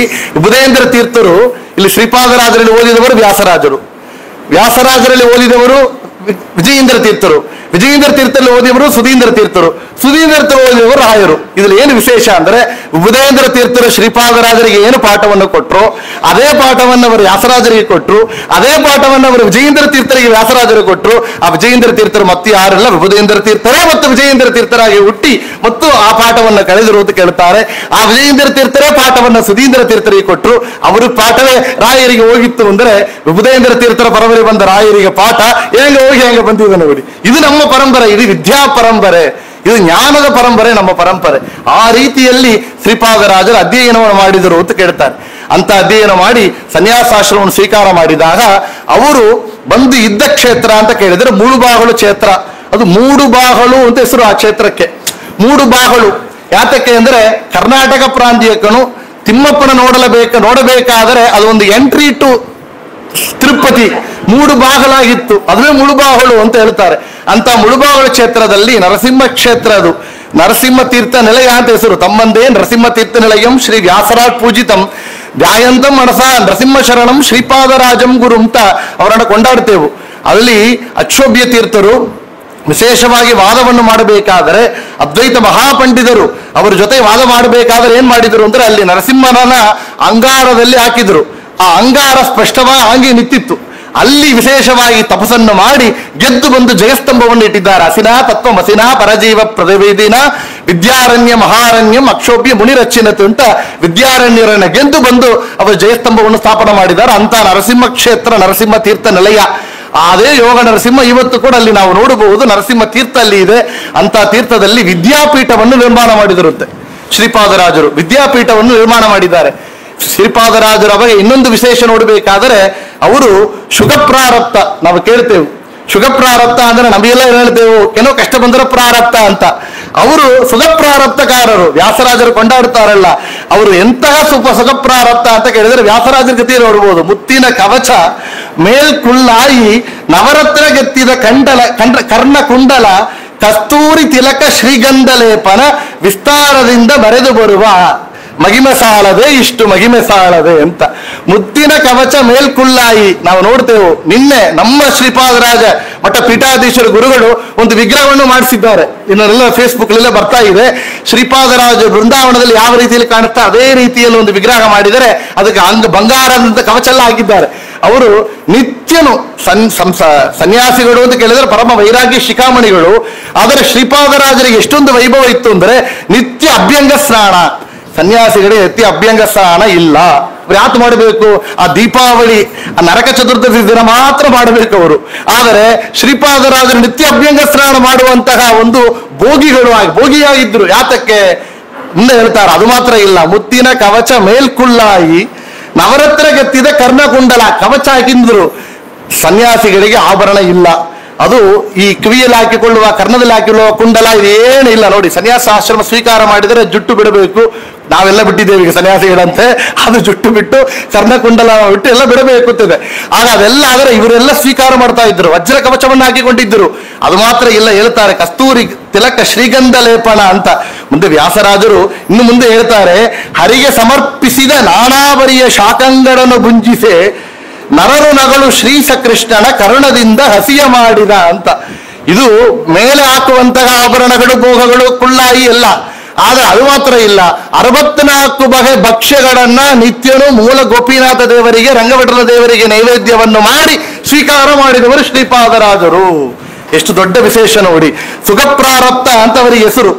ಸೀತಾರಾಮ ವಿಠಲದಾಸರು ಒಂದು ಹಾಡು ಬರೆದ್ದಾರೆ. ಶ್ರೀಪಾದ ರಾಜರಿವರೋ ಗುರುವರ ಶ್ರೀಪಾದರೋಡು ರಾಜರು ಸುಖ ಪ್ರಾರಬ್ಧಿಗಳಿವರು ಬಹುಮುಖ ಪ್ರತಿಭೆಯ ಯತಿವರರು ಸುಖತೀರ್ಥ ಮತನ ಪದದಿಯ ಕಾಂತಿಯ ಸುಖವೀವ ಸುಖಪೂರ್ಣ ಸುವಿಖ್ಯಾತ ಸುನಕ್ಷತ್ರ ಅಂತ ಕೊಂಡಾಡುತ್ತಾರೆ. ಯಾತಕ ಸುನಕ್ಷತ್ರ? ಧ್ರುವ ಒಂದು ನಕ್ಷತ್ರನಾಗಿದ್ದ. ಇವತ್ತು ಅದು ಸುನಕ್ಷತ್ರ. ಉತ್ತರ ದಿಕ್ಕಲ್ಲಿರುವಂತಹ ನಕ್ಷತ್ರ ಅಂದ್ರೆ ಧ್ರುವ. ಆ ಕಾಲದಲ್ಲಿ ಈ ಶಿಪ್ಪಳಿ ಪ್ರಯಾಣ ಮಾಡಬೇಕಂದ್ರೆ ಸಮುದ್ರದಲ್ಲಿ ಉತ್ತರ ದಿಕ್ಕಲ್ಲಿರುವಂತಹ ಧ್ರುವ ನಕ್ಷತ್ರ ನೋಡಿ ಮಾಡ್ತಾ ಇದ್ರಂತೆ. ಅದು ಯಾತ್ರೆ ಮಾಡುವವರಿಗೆ ಮಾರ್ಗದರ್ಶಕ ಕೊಟ್ಟರು ದುರ್ವನಾಗಿದ್ದ ನಕ್ಷತ್ರ, ನಮ್ಮೆಲ್ಲರಿಗೂ ಆಚಾರ್ಯರ ಸಿದ್ಧಾಂತವನ್ನು ಕೊಟ್ಟು ಮಾರ್ಗದರ್ಶನ, ಇದು ಮೋಕ್ಷದ ದಾರಿ ಅಂತ ಕೊಡುವ ದುರ್ವ ನಕ್ಷತ್ರ ಸುನಕ್ಷತ್ರ ಶ್ರೀಪಾದರಾಜರು ನೋಡ್ತೇವೆ. ಅಂತ ದುರ್ವನ ಇದ್ದಾಗ ನೋಡಿ, ಅವರು ದುರ್ವ ಅವತಾರ ತೇಲಕ್ಕೆ ಮುಂಚೆ ಅವರು ದೊಡ್ಡ ಒಂದು ಆಶ್ರಮದಲ್ಲಿ ಒಂದು ಗುರುಗಳಿಗೆ ಸೇವೆ ಮಾಡ್ತಾ ಇದ್ರು. ಇನ್ನು 6 ತಿಂಗಳು ಸಾಧನ ಮಾತ್ರ ಅವರಿಗೆ ಉಳಿದಿತ್ತು. ಆಗ ಒಂದು ರಾಜಕುಮಾರ ಬಂದ, ಅವರು ಮರಮನೆ ವೈಭವ ಎಲ್ಲ ನೋಡಿ ನಾವು ಯಾತಕ್ಕೆ ರಾಜಕುಮಾರ ಆಗಬಾರದು ಅಂತ ಮನಸ್ಸಲ್ಲಿ ಅಂದುಕೊಂಡಿರುತ್ತೆ. ಇದು ಏನೊಂದು ವೈಭವ, ಅಲ್ಲಿಯೇ ಸ್ಟಾಪ್ ಆಯ್ತು. ನೋಡಿ, ಸಾಧನೆ ಅಂದುಕೊಂಡ ಮಾತ್ರ ಸ್ಟಾಪ್ ಆಗತ್ತಂತೆ. ಹೈವೇಸ್ಲಿ ಫಾಸ್ಟ್ ಹೋಗ್ತಾ ಇದ್ದೇವೆ, ಕಾಫಿ ಕುಡಿಯೋಣ ಬ್ರೇಕ್, ಪರ್ಚೇಸ್ ಮಾಡೋಣ ಬ್ರೇಕ್, ಸಾಧನ ಫಾಸ್ಟ್ ಹೋಗ್ತೇವೆ, ಅಲ್ಲಲ್ಲಿ ಬ್ರೇಕ್. ನಾವು ಚಿಂತನೆ ಮಾಡಿದಾಗ ಬ್ರೇಕ್ ಆಗಿತ್ತು. ಮತ್ತು ಅವರು ರಾಜನಾಗಿಯೇ ಹುಟ್ಟಿದ್ರು, ದುರ್ವರಾಜರಾಗಿ. ಆದರೆ ಅವರು ಮಾಡಿದ ಪುಣ್ಯ 6 ತಿಂಗಳು ಸಾಧನೆ ಉಳಿದಿತ್ತು. 6 ತಿಂಗಳಿಗೆ ಭಗವಂತನ ಕಂಡರು, ಅಪರೋಕ್ಷ ಜ್ಞಾನಿಯಾಗಿ ವಾಸುದೇವ ರೂಪಿ ಪರಮಾತ್ಮನ ಕಂಡರು. ಆಗ ಕಂಡು ಇಡೀ ಭೂಮಂಡಲಕ್ಕೆ ರಾಜವಾಗಿದ್ದು ಧ್ರುವಮಂಡಲಕ್ಕೆ ಅಧಿಪತಿಯಾಗಿ ಎಲ್ಲ ದೊಡ್ಡ ಸ್ಥಾನವನ್ನು ಭಗವಂತ ಕೊಟ್ಟಿದ್ದಾರೆ. ಇದ್ರೂ ಸುಖ ಪ್ರಾರಬ್ಧ ಅವರಿಗಿತ್ತು.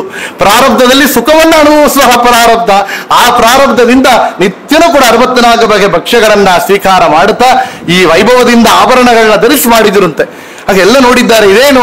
ಇವರೇನು ಸ್ವೀಕಾರ ಮಾಡೋದು, ಇದೇನು ಒಂದು ವೈರಾಗಿ ಇಲ್ಲವೇ, ನಾಲಿಗೆ ಚಪ್ಪಲ ಬಿಡಲವೇ ಹಂಗಂತ ಎಲ್ಲ ಮಾತಾಡಿಕೊಂಡ್ರಂತೆ. ಆ ಕ್ಷಣ ತಾನು ಸ್ವೀಕಾರ ಮಾಡಿದ ಊಟ ಭಕ್ಷ್ಯಗಳನ್ನ ಬಿಸಿ ಬಿಸಿಯಾಗಿ ಹಂಗೆ ಹೊರಗೆ ತೆಗೆದಿಟ್ಟಿದ್ದಿರುತ್ತೆ ಶ್ರೀಪಾದರಾಜರು. ಏನು ಅದು ಹ್ಯಾಂಗ ಸಾಧ್ಯ? ಇದು ಎದನ್ನೂ ಕೂಡ ನನಗೆ ಇಲ್ಲ, ಹೊರಗೆ ಇರುವಂತಹ ಅಂತರ್ಯಾಮಿಯಾದ ಬಿಂಬರೂಪಿ ಪರಮಾತ್ಮನಿಗೆ ಸಮರ್ಪಣ ಅಂತ ಕೊಟ್ಟರು. ಭಗವಂತ ಏನು ಕೊಟ್ಟರೆ ವಾಪಸ್ ಕೊಡ್ತಾನೆ. ಎಷ್ಟು ಕೊಡ್ತಾನೆ? ಅಕ್ಷಯಂ ಕರ್ಮ ಯಸ್ಮಿನ್ ಪರೇ ಸರ್ಪಿತಂ. ಅವರು ಒಂದೆಲೆಗೆ ಕೊಟ್ಟಿದ್ದಲ್ಲ, ಅಕ್ಷ ಬ್ರಾಹ್ಮಣರು ಬೇಕಾದ್ರೂ ಕೂಡ ಮಾಡಿಸ್ಬೋದು. ಭಗವಂತ ಏನು ಕೊಟ್ಟರೆ ವಾಪಸ್ ಕೊಟ್ಟೇ ಕೊಡ್ತಾನೆ. ಮುಂದೆ ಎಲ್ಲ ತೆಗೆದ್ರು, ಹಂಗೆ ಬಿಸಿ ಬಿಸಿಯಾಗಿ ತೆಗೆದಿಟ್ರಂತೆ ಶ್ರೀಪಾದರಾಜರು. ಇದು ನಾವು ಸಮರ್ಪಣ ಮಾಡಿದ್ದು ಒಳಗಿರುವಂತಹ ಬಿಂಬರೂಪಿ ಪರಮಾತ್ಮನಿಗೆ ಅಂತ. ಇನ್ನೊಬ್ರು ನೋಡಿದಿರುತ್ತೆ, ಇದೇಗೆ ಸಾಧ್ಯ? ನಿತ್ಯ ನೋಡಲಿಕ್ಕೆ ಸಾಧ್ಯ ಇದೆಯೋ?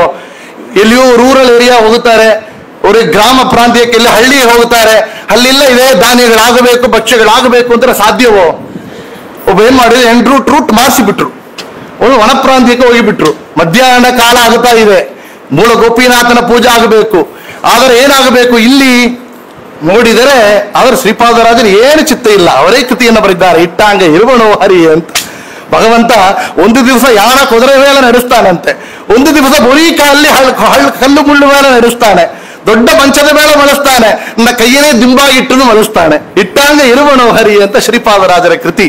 ಅವ್ರು ಹೇಳ್ತಾರೆ, ಇಟ್ಟಾಂಗ ಇರುವಣೋ ಹರಿ, ಅವನ ಸಂಕಲ್ಪದಿಂದ ನಡೀತಾ ಇದೆ, ಅವನು ನಡೆಸಿಕೊಳ್ಳಿ. ಆ ಸಮಯ ಒಂದು ಗಾಡಿಯಿಂದ ಒಬ್ಬರು ಬಂದ, ಗಾಡಿ ತುಂಬಿಸಿ ಧಾನ್ಯಗಳನ್ನ ತಗೊಂಡು ಬಂದ. ಏನು ಅಂತ ಕೇಳಿದರೆ, ಸಾಷ್ಟಾಂಗವಾಗಿ ಶ್ರೀಪಾದರಾಜರ ನಮಸ್ಕಾರವನ್ನು ಮಾಡಿ ಹೇಳಿದಿರುತ್ತೆ, ನಾ ಪ್ರತಿ ವರ್ಷ ನಮ್ಮ ಗದ್ದೆಯಲ್ಲಿ ಬೆಳೆಯುವ ಎಲ್ಲ ಧಾನ್ಯಗಳನ್ನು ತಿಮ್ಮಪ್ಪನಿಗೆ ಸಮರ್ಪಣೆ ಮಾಡ್ತಾ ಇದ್ದೆ.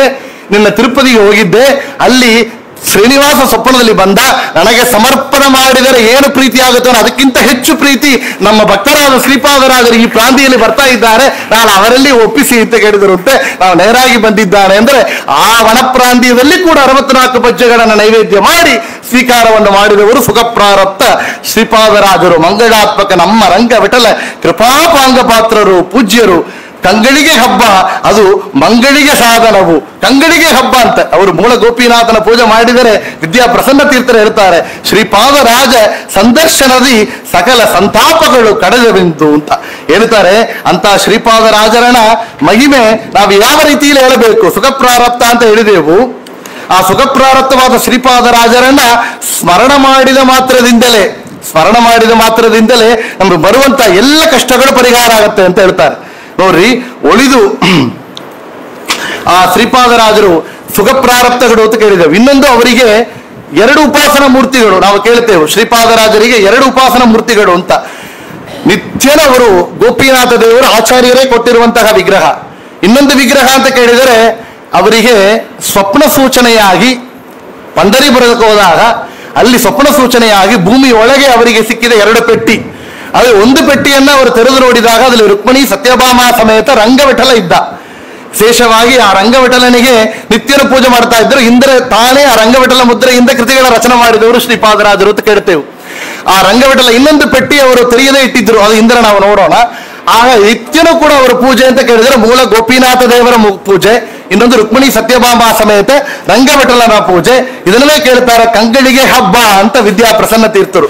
ಅಂತ ಶ್ರೀಪಾದರಾಜರ ಆ ಸುಖಪ್ರಾರಬ್ಧ ಅವರು ಹೇಳ್ತಾರೆ 64 ಬಗೆಯ, ನಮ್ಮ ಅರುಣಮಣಿ ಪಾರ್ಸಾರ ಇವರ ಒಂದು ಕೃತಿ, 64 ಬಗೆಯ ಭಕ್ಷ್ಯದಲ್ಲಿ ನೈವೇದ್ಯ ವರ ಗೋಪಿನಾಥಗೆ ಪ್ರತಿ ದಿವಸ ಅರ್ಪಿಸಿದ ಸುರದೇನು ಮುನಿಯಾಗಿ ಗಂಗೊಳಿಸಿ ಮೆರೆದ ನರಹರಿಯ ನಾಮವನ್ನು ದಾಸ ಪದ್ಧತಿ ಕೇಳಿದ ಅಂತ ಶ್ರೀಪಾದರಾಜರ ಸ್ಮರಣೆ ಇಷ್ಟು ದೊಡ್ಡದು ಅಂತ ಕೇಳಿದರೆ, ಉದಯ ಕಾಲದಿ ಎದ್ದು, ರಮಾಕಾಂತ ವಿಠಲದಾಸರು ಹೇಳ್ತಾರೆ, ಉದಯ ಕಾಲದಿ ಎದ್ದು ಇವರ ಶತಮನ ಸದ್ಭಕ್ತಿಯಿಂದ ಮುದದಿ ಪಾದಗೆರಗಿ ಸ್ಮರಿಸೆ ಒದಗಿ ಬಿಡದೆ ಏನಾಗತ್ತೆ ಅಂತ ಕೇಳಿದರೆ, ಅವರಿಗೆ ಒದಗಿ ಬಿಡದೆ ಅವರು ಈ ಒಂದು ಶ್ರೀಪಾದರಾಜರ ನಿತ್ಯನೂ ಅವರು ಸ್ಮರಣೆಯನ್ನ ಮಾಡಿದರೆ ನಿತ್ಯನ ಏನಾಗತ್ತೆ, ಬೆಳಿಗ್ಗೆ ಎದ್ದ ಕ್ಷಣ ನಾವು ಮಾಡ್ತೇವೆ ಕರಾಗ್ರೆ ವಸದೇ ಲಕ್ಷ್ಮಿ ಕರಮಧ್ಯೆ ಸರಸ್ವತಿ ಅಂತ, ನಿತ್ಯನ ಎದ್ದ ಗೋವಿಂದ ಹರೇ ಗೋವಿಂದ ಎಂದೇಳು ದಶಾವತಾರ ಪೇಳು ಹೇಳ್ತಾರೆ. ಉದಯ ಕಾಲದಿ ಎದ್ದು ಶ್ರೀಪಾದರಾಜರ ಸ್ಮರಣೆಯನ್ನು ಮಾಡಿದರೆ ಏನಾಗತ್ತೆ ಅಂತ ಕೇಳಿದರೆ, ಮಂಗಳವನ ಇತ್ತು ಪೊರೆಯಲಿ ಅಂತ. ಆ ರಮಾಕಾಂತಲ ವಿಠ್ಠಲ ಅಂಗ್ರಿ ಕಮಲ ಭೃಂಗರಿವರ ಶಂಕನಿರುತ ದಾಸವರ್ಗಕ್ಕೆ ಮಂಗಳವನ ಇತ್ತು ಪೊರೆಯಲಿ, ಮಂಗಳವನ್ನು ನೀಡುತ್ತಾರೆ. ಎಂಥ ಮಂಗಳ ಅಂತ ಕೇಳಿದರೆ, ನಿತ್ಯ ಸಂಭ್ರಮದಿಂದ ಊಟ. ಶ್ರೀಪಾದರಾಜರನ್ನ ಸ್ಮರಣ ಮಾಡಿಕೊಂಡ್ರೆ, ಈ ಸ್ಮರಣ ಮಾಡಿದ್ದೇವೆ ನಿಶ್ಚಯ ಊಟ ಈಗ ಸಂಭ್ರಮದಿಂದ ಅಲ್ಲಿ ಮಠದಲ್ಲಿ ಆಗ್ತಾ ಇದ್ದಾರೆ ಅಂತ ನಾವು ಕಾಣಿಸುತ್ತೆ. ಸ್ಮರಣ ಆಗಿದೆಲ್ಲ, ಅದ್ರ ಮುಂದೆಯೇ ಸೂಚನೆ ಆಗಿದೆ. ಶ್ರೀಪಾದರಾಜರ ನಿತ್ಯ ಸ್ಮರಣ ಮಾಡುವವರಿಗೆ ಎಲ್ಲ ಭವರೋಗ ಪರಿಹಾರ ಅಂತ ಕೋಟ್ ಮಾಡ್ತಾರೆ ವಿಜಯದಾಸರು. ಭವರೋಗ ಪರಿಹಾರ ಮಾಡುವವರು ಶ್ರೀಪಾದರಾಜರು. ನಾನು ಅನುಭವದಿಂದ ಹೇಳ್ತಾ ಇದ್ದಾನೆ ಇಲ್ಲಿ. ಈಗ ನನಗೆ ಆದ ಅನುಭವ, ನಿನ್ನೆ ನಮಗೆ ಹೊಟ್ಟೆ ನೋವು ತುಂಬಾ ಸಿವಿಯರ್ ಆಗಿತ್ತು. 2 ದಿವಸ ಕಾಲ ಹೊಟ್ಟೆ ನೋವಿಂದ ಇದ್ದೆ. ನಿನ್ನೆ ಡಾಕ್ಟರ್ ಹತ್ರ ಹೋಗಿದ್ದೆ. ಅವ್ರು ನೋಡಿದ್ರು, ಏನೋ ಪ್ರಾಬ್ಲಮ್ ಇದೆ, ನೀವು ಸ್ಕ್ಯಾನ್ ಮಾಡಿ ಬ್ಲಡ್ ಟೆಸ್ಟ್ ಮಾಡಿ ಹೇಳಿಬಿಟ್ರು. ನಾವು ಬೆಳಿಗ್ಗೆ ಪೂರ ಮನೆಗೆ ಬಂದು ಪೂಜೆ ಮಾಡಿ ಒಂದು ವೇಳೆ ಊಟ ಮಾಡೋದು ಅಭ್ಯಾಸ, ಆರಾಧನೆ ಮುಂಚಿನ ದಿನ ಊಟವನ್ನು ಮಾಡಿ ಸ್ಕ್ಯಾನ್ ಮಾಡಿದ್ದೆ, ಎಲ್ಲ ಕೊಟ್ಟಿದ್ದೆ. ಶ್ರೀಪಾದರಾಜರು ಒಂದು ಮಾತು ಹೇಳಿದ್ದೆ, ನೀವು 64 ಬಗೆ ಊಟ ಭಗವಂತನಿಗೆ ಕೊಡುವವರು, ನಮಗೆ ನೈವೇದ್ಯ ಮಾಡಿ ನಮಗೆ ಉಳಿಸುವವರು. ನಿಮ್ಮ ಆರಾಧನೆಗೆ ನಾಳೆ ಬಂದು ಅಲ್ಲಿ ಪ್ರಾರ್ಥನೆ ಮಾಡಬೇಕಾದ್ರೆ ನಿಮ್ಮ ಪಾದಾರವನ್ನು ಶರಣಾಗತಿ ಹೊಂದಿದ್ದನ್ನು ನೀವು ಮಾಡಿಸಿಕೊಳ್ಳಿ ಅಂತ ಓಡಿದರೆ ಎಲ್ಲ ರಿಸಲ್ಟ್ ನಾರ್ಮಲ್ ಆಗಿ ಬಂದಿತ್ತು. ನಿನ್ನ ರಾತ್ರಿ ಬೆಳಿಗ್ಗೆ ಎದ್ದು ನೋಡಿದರೆ ಹೊಟ್ಟೆ ನೋವು ಪೂರ್ತಿಯಾಗಿ ಸರಿಯಾಗಿದೆ. ಪೂರ್ತಿಯಾಗಿ ಇವತ್ತಿನ ಮುಂದೆ ಕೂಡಬೇಕಾದರೆ ಶ್ರೀಪಾದರಾಜರು ನೋಡ್ರಿ, ನಮಗೆ ಅನುಭವದಲ್ಲಿ ಭಕ್ತಿ, ನಮ್ಮ ಸಿದ್ಧಾಂತ ಅನುಭವದಲ್ಲಿ ಬರುವ ಸಿದ್ಧಾಂತ. ಮಧ್ವ ಸಿದ್ಧಾಂತ ಏನೋ ಗ್ರಂಥದಲ್ಲಿ ಇರೋ ಥಿಯರಿಟಿಕಲ್ ಇಲ್ಲ, ಪ್ರಾಕ್ಟಿಕಲ್. ಅದು ಪರಮಾತ್ಮ ಬೇರೆ, ಜೀವಾತ್ಮ ಬೇರೆ, ಅನುಭವ. ಅದು ಅನುಭವದಲ್ಲಿ ಕೊಡುವ ಸಿದ್ಧಾಂತ ನಮ್ಮ ಮಧ್ವ ಸಿದ್ಧಾಂತ. ಶ್ರೀಪಾದರಾಜರ ಮಹಿಮೆ ಅಂತ ನಾವು ನೋಡ್ತೇವೆ. ಅಂತ ಶ್ರೀಪಾದರಾಜರು ನರಸಿಂಹ ತೀರ್ಥ ಅಲ್ಲಿ ಇದೆ. ಆ ನರಸಿಂಹ ತೀರ್ಥನ ಮಹಿಮೆ ಅಂತ ಕೇಳಬೇಕಾದರೆ, ಅವರು ಗಂಗಾ ಯಾತ್ರೆಗೆ ಹೊರಟಿದ್ದಾರೆ. ಹೊರಡಬೇಕಾದರೆ ಸ್ವಪ್ನದಲ್ಲಿ ಗಂಗಾದೇವಿಯೇ ಬಂದಳು. ಹೇಳಿದ್ರಂತೆ ಶ್ರೀಪಾದರಾಜರೇ, ನೀವು ನರಸಿಂಹ ತೀರ್ಥದಲ್ಲಿ ಇದ್ರ, ನೀವು ಗಂಗಾ ನದಿಗೆ ಬಂದು ಸ್ನಾನ ಮಾಡಿ ನೀವು ಸಾಧನ ಮಾಡಬೇಕೆಂಬುದಿಲ್ಲ. ಯಾತಕ್ಕೆ ಅಂದ್ರೆ, ಈ ನರಸಿಂಹ ತೀರ್ಥದಲ್ಲಿ ನಾನೇ ಬರ್ತೇನೆ ಅಂತ ಗಂಗಾ ನದಿ ಹೇಳಿದಂತೆ ಅಲ್ಲಿ ನರಸಿಂಹ, ಅದು ಗಂಗಾ ನದಿ ಅಂದ್ರೆ ಪ್ಯೂರ್ ವೈಟ್. ಅದು ನೆಕ್ಸ್ಟ್ ಡೇ ಎಲ್ಲ ಕಾಯ್ತಾ ಇದ್ದಾರೆ. ಅಲ್ಲಿ ಗಂಗಾ ಪ್ರವಾಹ ಆಗುತ್ತಾ ಇದೆ, ಬಿಳಿ ವರ್ಣದಿಂದ ಗಂಗೆ ಅಲ್ಲಿ ಪ್ರವಾಹ ಆಗುತ್ತಾ ಇದೆ. ವಿಷಯ ಆಚಾರ್ಯರ ಚರಿತ್ರೆ ಕೇಳ್ತೇವೆ. ಅಚ್ಯುತ ಪ್ರೇಚರು ಆಚಾರ್ಯರನ್ನ ಬಿಡೋದಿಲ್ಲ ಗಂಗಾ ಸ್ನಾನಕ್ಕೆ, ಗಂಗಾ ಯಾತ್ರೆಗೆ ಅಂತ ಹೇಳಿದಾಗ ಅಲ್ಲಿ ಉಡುಪಿಯಲ್ಲಿ ಮಧ್ವ ಸರೋವರದಲ್ಲಿ ಗಂಗಾ ಬಂದಿದ್ರು. ಅದೇ ಆಚಾರ್ಯರ ಪರಂಪರೆಯಲ್ಲಿ ಬಂದಿರುವಂತಹ ಶ್ರೀಪಾದರಾಜರಿಗೆ ಗಂಗಾ ಸನ್ನಿಧಾನ ಆಗಿದೆ ಅಂತ ಕೇಳ್ತೇವೆ. ಅದರಿಂದ ಹೇಳ್ತಾರೆ ಇಲ್ಲಿ ನೋಡ್ರಿ, ತಂದೆ ವೆಂಕಟೇಶ ವಿಠಲದಾಸರು ನಾ ಪಾಡಲೆನ್ನವೇ ಶ್ರೀಪಾದರಾಜರ ಹೇಳ್ತಾರೆ, ಗಂಗೆಯನ್ನು ಸ್ಮರಿಸಿ ನರಸಿಂಹ ತೀರ್ಥಗೆ ಧರಿಸಿ ಟಿಂಗರಿಗರುತ್ತರಿಗೆ ಕೀರ್ತಿ ಮೆರೆಸಿ ಗಂಗೆಯನ್ನು ಧರಿಸಿ ಅಂತ ಹೇಳ್ತಾರೆ.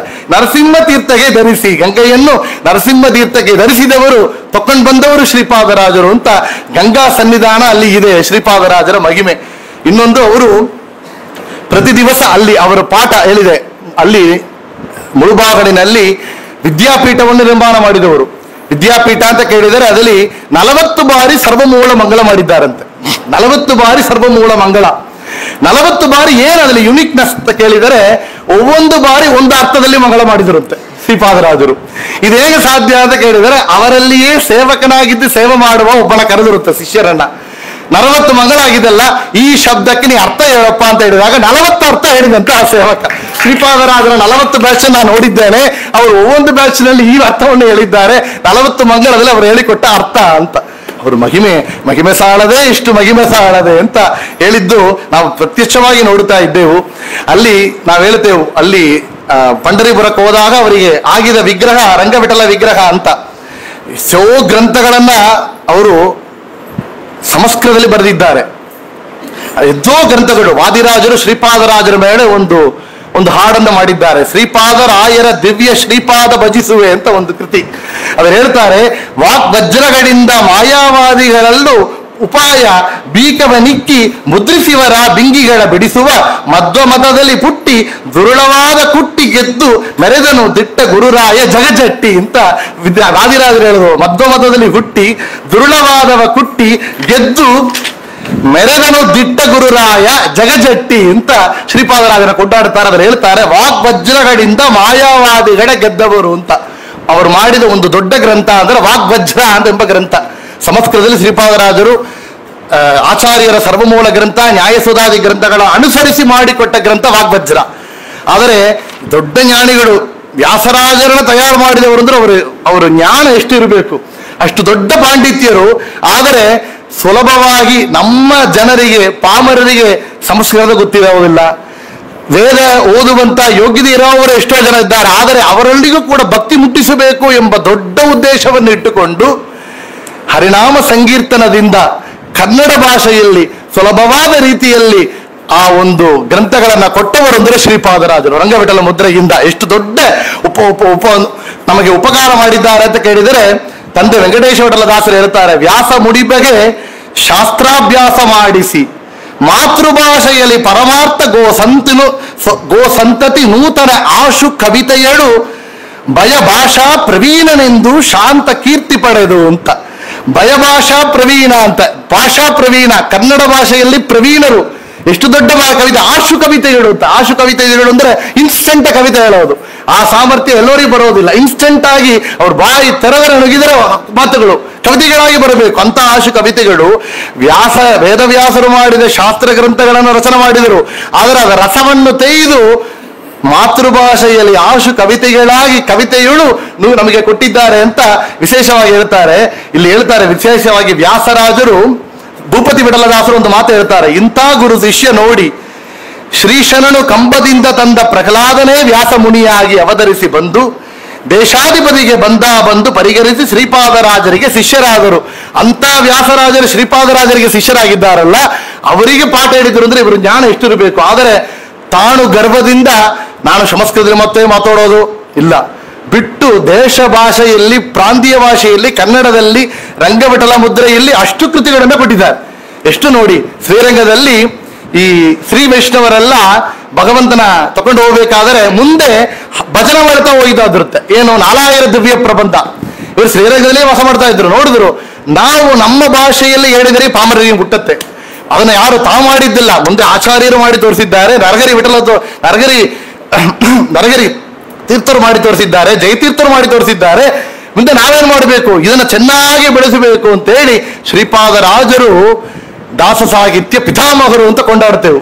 ಯಾತಕ್ಕೆ ಅಂದ್ರೆ ಅವರು ಮಾಡಿದ ಈ ಒಂದು ದೊಡ್ಡ ಕಾರ್ಯದಿಂದ ಮುಂದೆ ಅದು ವ್ಯಾಸರಾಜರಿಂದ ಮತ್ತು ವಿಜಯದ ಸುರಂದರದಾಸರಿಂದ ಬೆಳೆದಿದ್ದು ಯಾರಿಂದ ಅಂತ ಕೇಳಿದ್ರೆ ಮುಖ್ಯವಾಗಿ ಬೀಜವನ್ನು ಹಾಕಿದವರು ಅಂದರೆ ಶ್ರೀಪಾದರಾಜರು.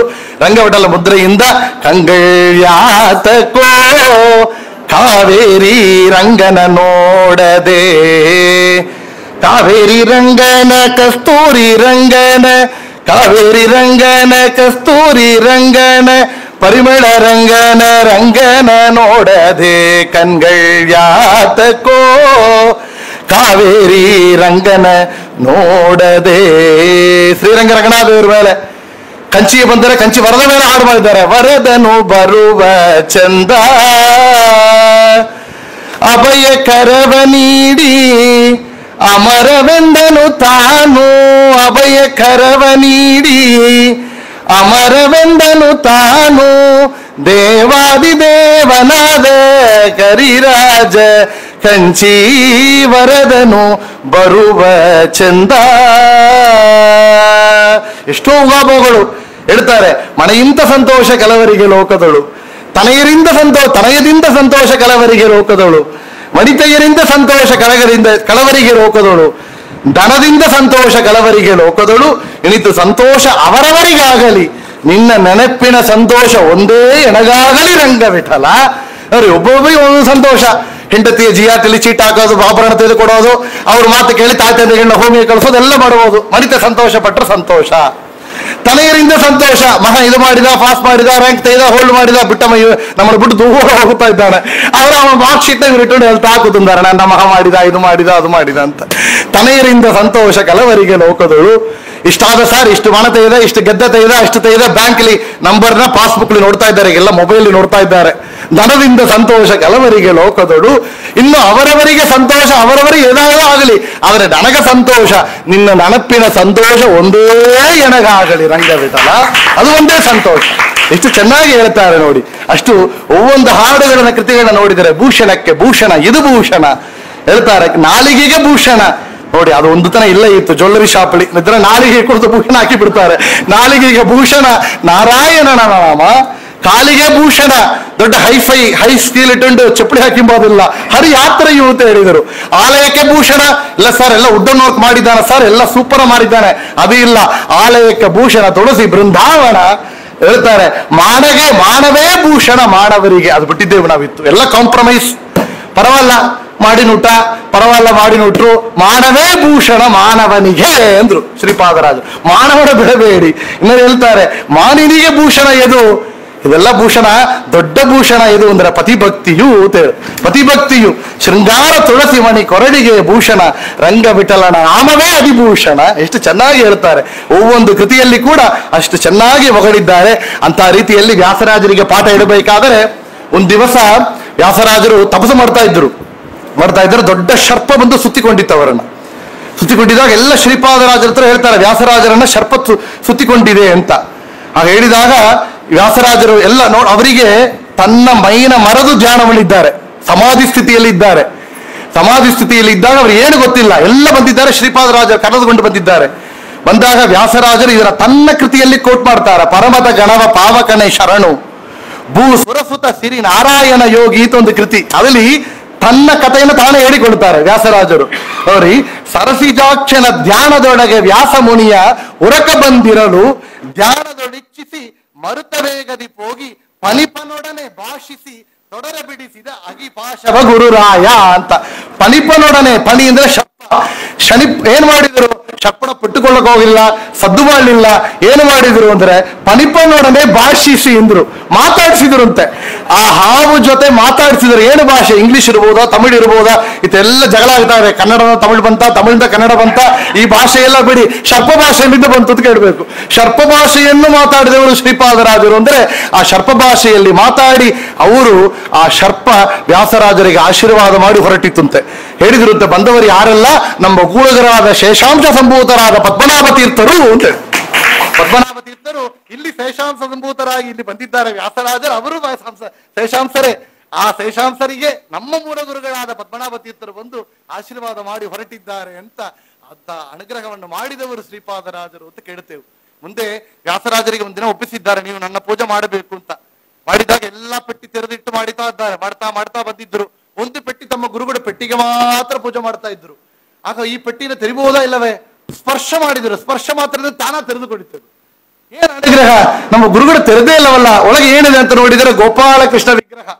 ಪಂಡರಿಪುರದಿಂದ ಅವ್ರು ತಗೊಂಡು ಬಂದ 2 ಪೆಟ್ಟಿಯಲ್ಲಿ, ಒಂದು ಪೆಟ್ಟಿ ರುಕ್ಮಿಣಿ ಸತ್ಯಭಾಮ ಸಮೇತ ರಂಗವಿಠಲ, ಇನ್ನೊಂದು ಪೆಟ್ಟಿಯಲ್ಲಿ ಗೋಪಾಲಕೃಷ್ಣ ವಿಗ್ರಹ ಇದ್ದಿದೆ. ಅದು ತೆರೆದ ಕ್ಷಣ ಅವರಿಗೆ ಆನಂದವೋ ಆನಂದ. ಅಂತ ಹಾಡನ್ನ ಹೇಳೋದೇನು, ಚಪ್ಪಾಳೆ ಕಟ್ಟೋದು ಏನು ಮಾಡೋದು, ಚಪ್ಪಾಳೆ ಅಲ್ಲಿದ್ದ ಸಾಲಿಗ್ರಾಮವನ್ನೇ ತೆಗೆದು ಅಲ್ಲಿ ತಾಳ ಹಾಕಳಕ್ಕೆ ಶುರು ಮಾಡಿದ್ರಂತೆ. ಏನು ಪೂಜೆ ನಡೆಯುವ ಸಮಯದಲ್ಲಿ ವೇದಘೋಷ ಕೇಳುತ್ತೆ, ಹಾಡು ಕೇಳುತ್ತೆ, ಎಲ್ಲ ಶ್ರೀಪಾದರಾಜರು ಬಂದಿದ್ರು. ಒಂದಲ್ಲಿ ಅವರು ಅಲ್ಲಿಂದ ನೋಡಿದಾಗ ಆ ಗೋಪಾಲಕೃಷ್ಣ ಸಂಗೀತ ನಾಟ್ಯಶಾಸ್ತ್ರಕ್ಕೆ ವಿರುದ್ಧವಾಗಿ ಕಾಲ ಹೆಂಗಿಟ್ಟು ಹಂಗೆ ಇಟ್ಟುಕೊಂಡು ಬಿಟ್ಟ, ಹಂಗೆ ನಿಂತು ಬಿಟ್ಟ. ಅಂದ್ರೆ ಶ್ರೀಪಾದರಾಜರ ಯೋಗ್ಯತೆ ತುಂಬಾ ದೊಡ್ಡದು. ಆದ್ರೆ ತಮ್ಮ ಶಿಷ್ಯರಿಗೆ ಈ ವಿಗ್ರಹ ಕೊಡಬೇಕು ಅಂತ ಅವ್ರ ಸಂಕಲ್ಪ ಇತ್ತು. ಭಗವಂತನ ಸಂಕಲ್ಪನ ತಿಳಿದು ಅವರು ಮಾಡಿಕೊಟ್ರ ಅವಕಾಶವನ್ನ ತಿಳಿಯಬೇಕು. ಆಗ ಆ ವಿಗ್ರಹವನ್ನ ಇದು ನಿನಗೆ ಇಟ್ಟುಕೊಪ್ಪ ಅಂತ ವ್ಯಾಸರಾಜರಿಗೆ ಒಪ್ಪಿಸಿದ್ರು ಅಂತೆ. ಇವತ್ತು ಕೂಡ ಮಠದಲ್ಲಿ ಅದು ಪೂಜೆಯನ್ನು ಆಗುತ್ತಾ ಬರ್ತೆ ಅಂತ ನೋಡ್ತೇವೆ. ಅಂತ ಶ್ರೀಪಾದರಾಜರಿಗೆ ಒಂದು ಚಾಲೆಂಜಿಂಗ್ ಸಿಚುವೇಶನ್ ಬಂದಿತ್ತು. ಆ ಕಾಲದಲ್ಲಿ ತಿರುಪತಿಯಲ್ಲಿ ಪೂಜೆ ಮಾಡುವ ಒಂದು ಅರ್ಚಕರು ತಮ್ಮ ಮಗನ ಹುಟ್ಟಿನ ಹಬ್ಬದ ಉತ್ಸವವನ್ನ ಪಲ್ಲಕ್ಕಲ್ಲಿ ಇಟ್ಟುಕೊಂಡು ಸೆಲೆಬ್ರೇಟ್ ಮಾಡಿದ್ರು ಅಂತ. ನೋಡಿ ವೈಭವ. ಯಾರಿಗೆ, ಭಗವಂತ ಬರುವಂತಹ ಪಲ್ಲಕ್ಕಿನಲ್ಲಿ ತನ್ನ ಮಗುವನ್ನು ಇಟ್ಟಿದ್ದಾರೆ. ಇಷ್ಟು ದೊಡ್ಡ ಅಪವಾದ. ರಾಜ ನೋಡಿದ, ಎಲ್ಲರನ್ನು ಕೊಂದು ಬಿಡಿ, ಶಿಕ್ಷೆ. ಎಲ್ಲ ಅರ್ಚಕರನ್ನು ಕೊಂದು ಬಿಟ್ರು. ಕೊಂದು ಬಿಟ್ಟ ಮೇಲೆ ಅವನಿಗೆ ಯೋಚನೆ ಆಯಿತು, ಎಷ್ಟು ದೊಡ್ಡ ತಪ್ಪು ಮಾಡಿದಲ್ಲ, ಬ್ರಹ್ಮಹತ್ಯಾ ದೋಷ ಬಂದಿದಲ್ಲ ಬ್ರಾಹ್ಮಣರ ಕೊಂದದಿಂದ, ಈಗ ಏನು ಮಾಡಬೇಕು? ಯದಾದರೂ ಗುರುಗಳ ಕೇಳಬೇಕು. ನೋಡಿ, ತಪ್ಪು ಮಾಡಿದ್ರೆ ಗುರುಗಳು, ಒಳ್ಳೇದು ಮಾಡಿದ್ರೆ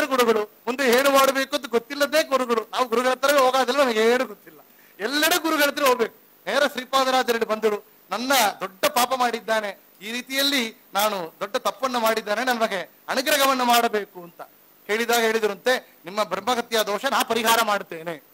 ಏನು ಮಾಡಿದರು? ವ್ಯಾಸರಾಜರು ಹೇಳ್ತಾರೆ ಮಗಿಮೆ ಸಾಣದೆ ಕೃತಿಯಲ್ಲಿ, ವಿಪ್ರಗೆ ಬ್ರಹ್ಮಗತ್ಯ ದೋಷ ಬರಲು ಸಂಕೋದಕವ ಕಳೆಯೇ ಅಪ್ರಬುದ್ಧರು ದೂಷಿಸೆ ಕೇರಣ್ಣ ಕಪ್ಪು ಬಸನವ ಹಸನ ಮಾಡಿದ ಅಂತ.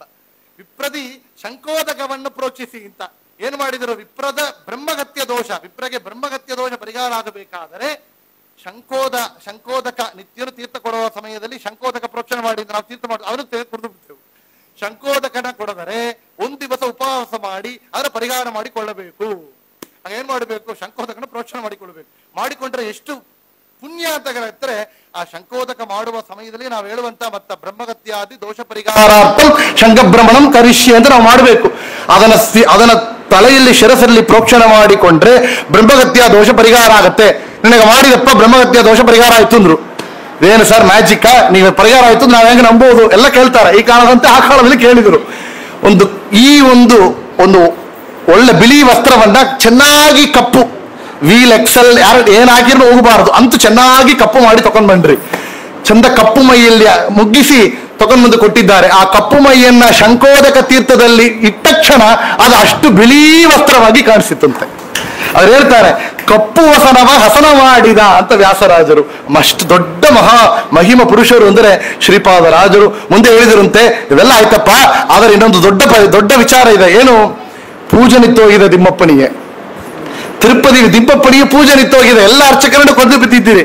ಆಚಾರ್ಯ ಕೇಳಿದ್ರು, ಅದಕ್ಕೆ ನೀವು ಒಂದು ಉಪಾಯವನ್ನು ಹೇಳಬೇಕು ಅಂತ ಕೇಳಿದಾಗ, ಆ ದಿಮ್ಮಪ್ಪನ ಪೂಜೆ ಮುಂದೆ ನಡೀತಪ್ಪ ಏನ್ ನಡೀತೆ, ನೀವು ಬರ್ತೀರಾ ಅಂತ ಕೇಳಿದ್ರು.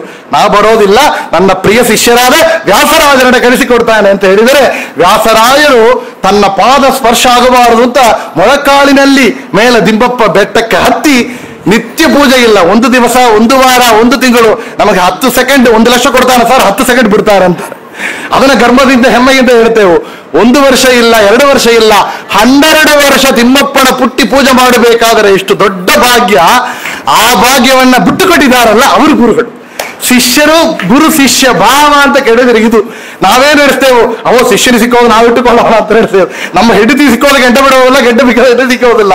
ಆದರೆ 12 ವರ್ಷ ಪೂಜೆ ಮಾಡುವ ಭಾಗ್ಯವನ್ನ ತಮ್ಮ ಶಿಷ್ಯರಿಗೆ ಕೊಟ್ಟಿದ್ದಾರಲ್ಲ, ಉದಾರ ಮಣ ಅಂದ್ರೆ ಶ್ರೀಪಾದರಾಜರು. ವ್ಯಾಸರಾಜರು ಅಷ್ಟು ವರ್ಷ ಬೆಳೆಸಿ ಅಧ್ಯಯನ ಮಾಡಿಸಿ ವಿಷ್ಣು ತೀರ್ಥರು ಅಂತ ನಾಮಕರಣ ಇಟ್ಟು ಸನ್ಯಾಸಾಶ್ರಮ ಕೇಳಿ ಸುರೇಂದ್ರ ತೀರ್ಥರು ನಮಗೆ ದಾನ ಕೊಡು ಅಂತ ಕೇಳಿದರೆ ಕೊಟ್ಟೆ ಅಂದ್ರು. ಹೇಗೆ ಸಾಧ್ಯ? ಇಲ್ಲಿದ್ದರೆ ವ್ಯಾಸರಾಜ ಮಠ ಉದ್ಧಾರ ಮಾಡ್ತಾನೆ, ಅಲ್ಲಿ ಹೋದ್ರೆ ರಾಯರ ಮಠವನ್ನು ಉದ್ಧಾರ ಮಾಡ್ತಾರೆ ವಿಜಯೇಂದ್ರ ತೀರ್ಥರಾಗಿ. ಎಲ್ಲಿದ್ದರೂ ಮಧ್ವ ಸಿದ್ಧಾಂತ ಪ್ರಚಾರ ಆಗುತ್ತೆ, ಅಲ್ಲಿ ಹೋದರೆ ಏನು, ಇಲ್ಲಿದ್ದರೆ ಏನು ಉದುರುತ್ತೆ ವ್ಯಾಸರಾಜರು. ಇದು ಉದಾರ ಮಣ.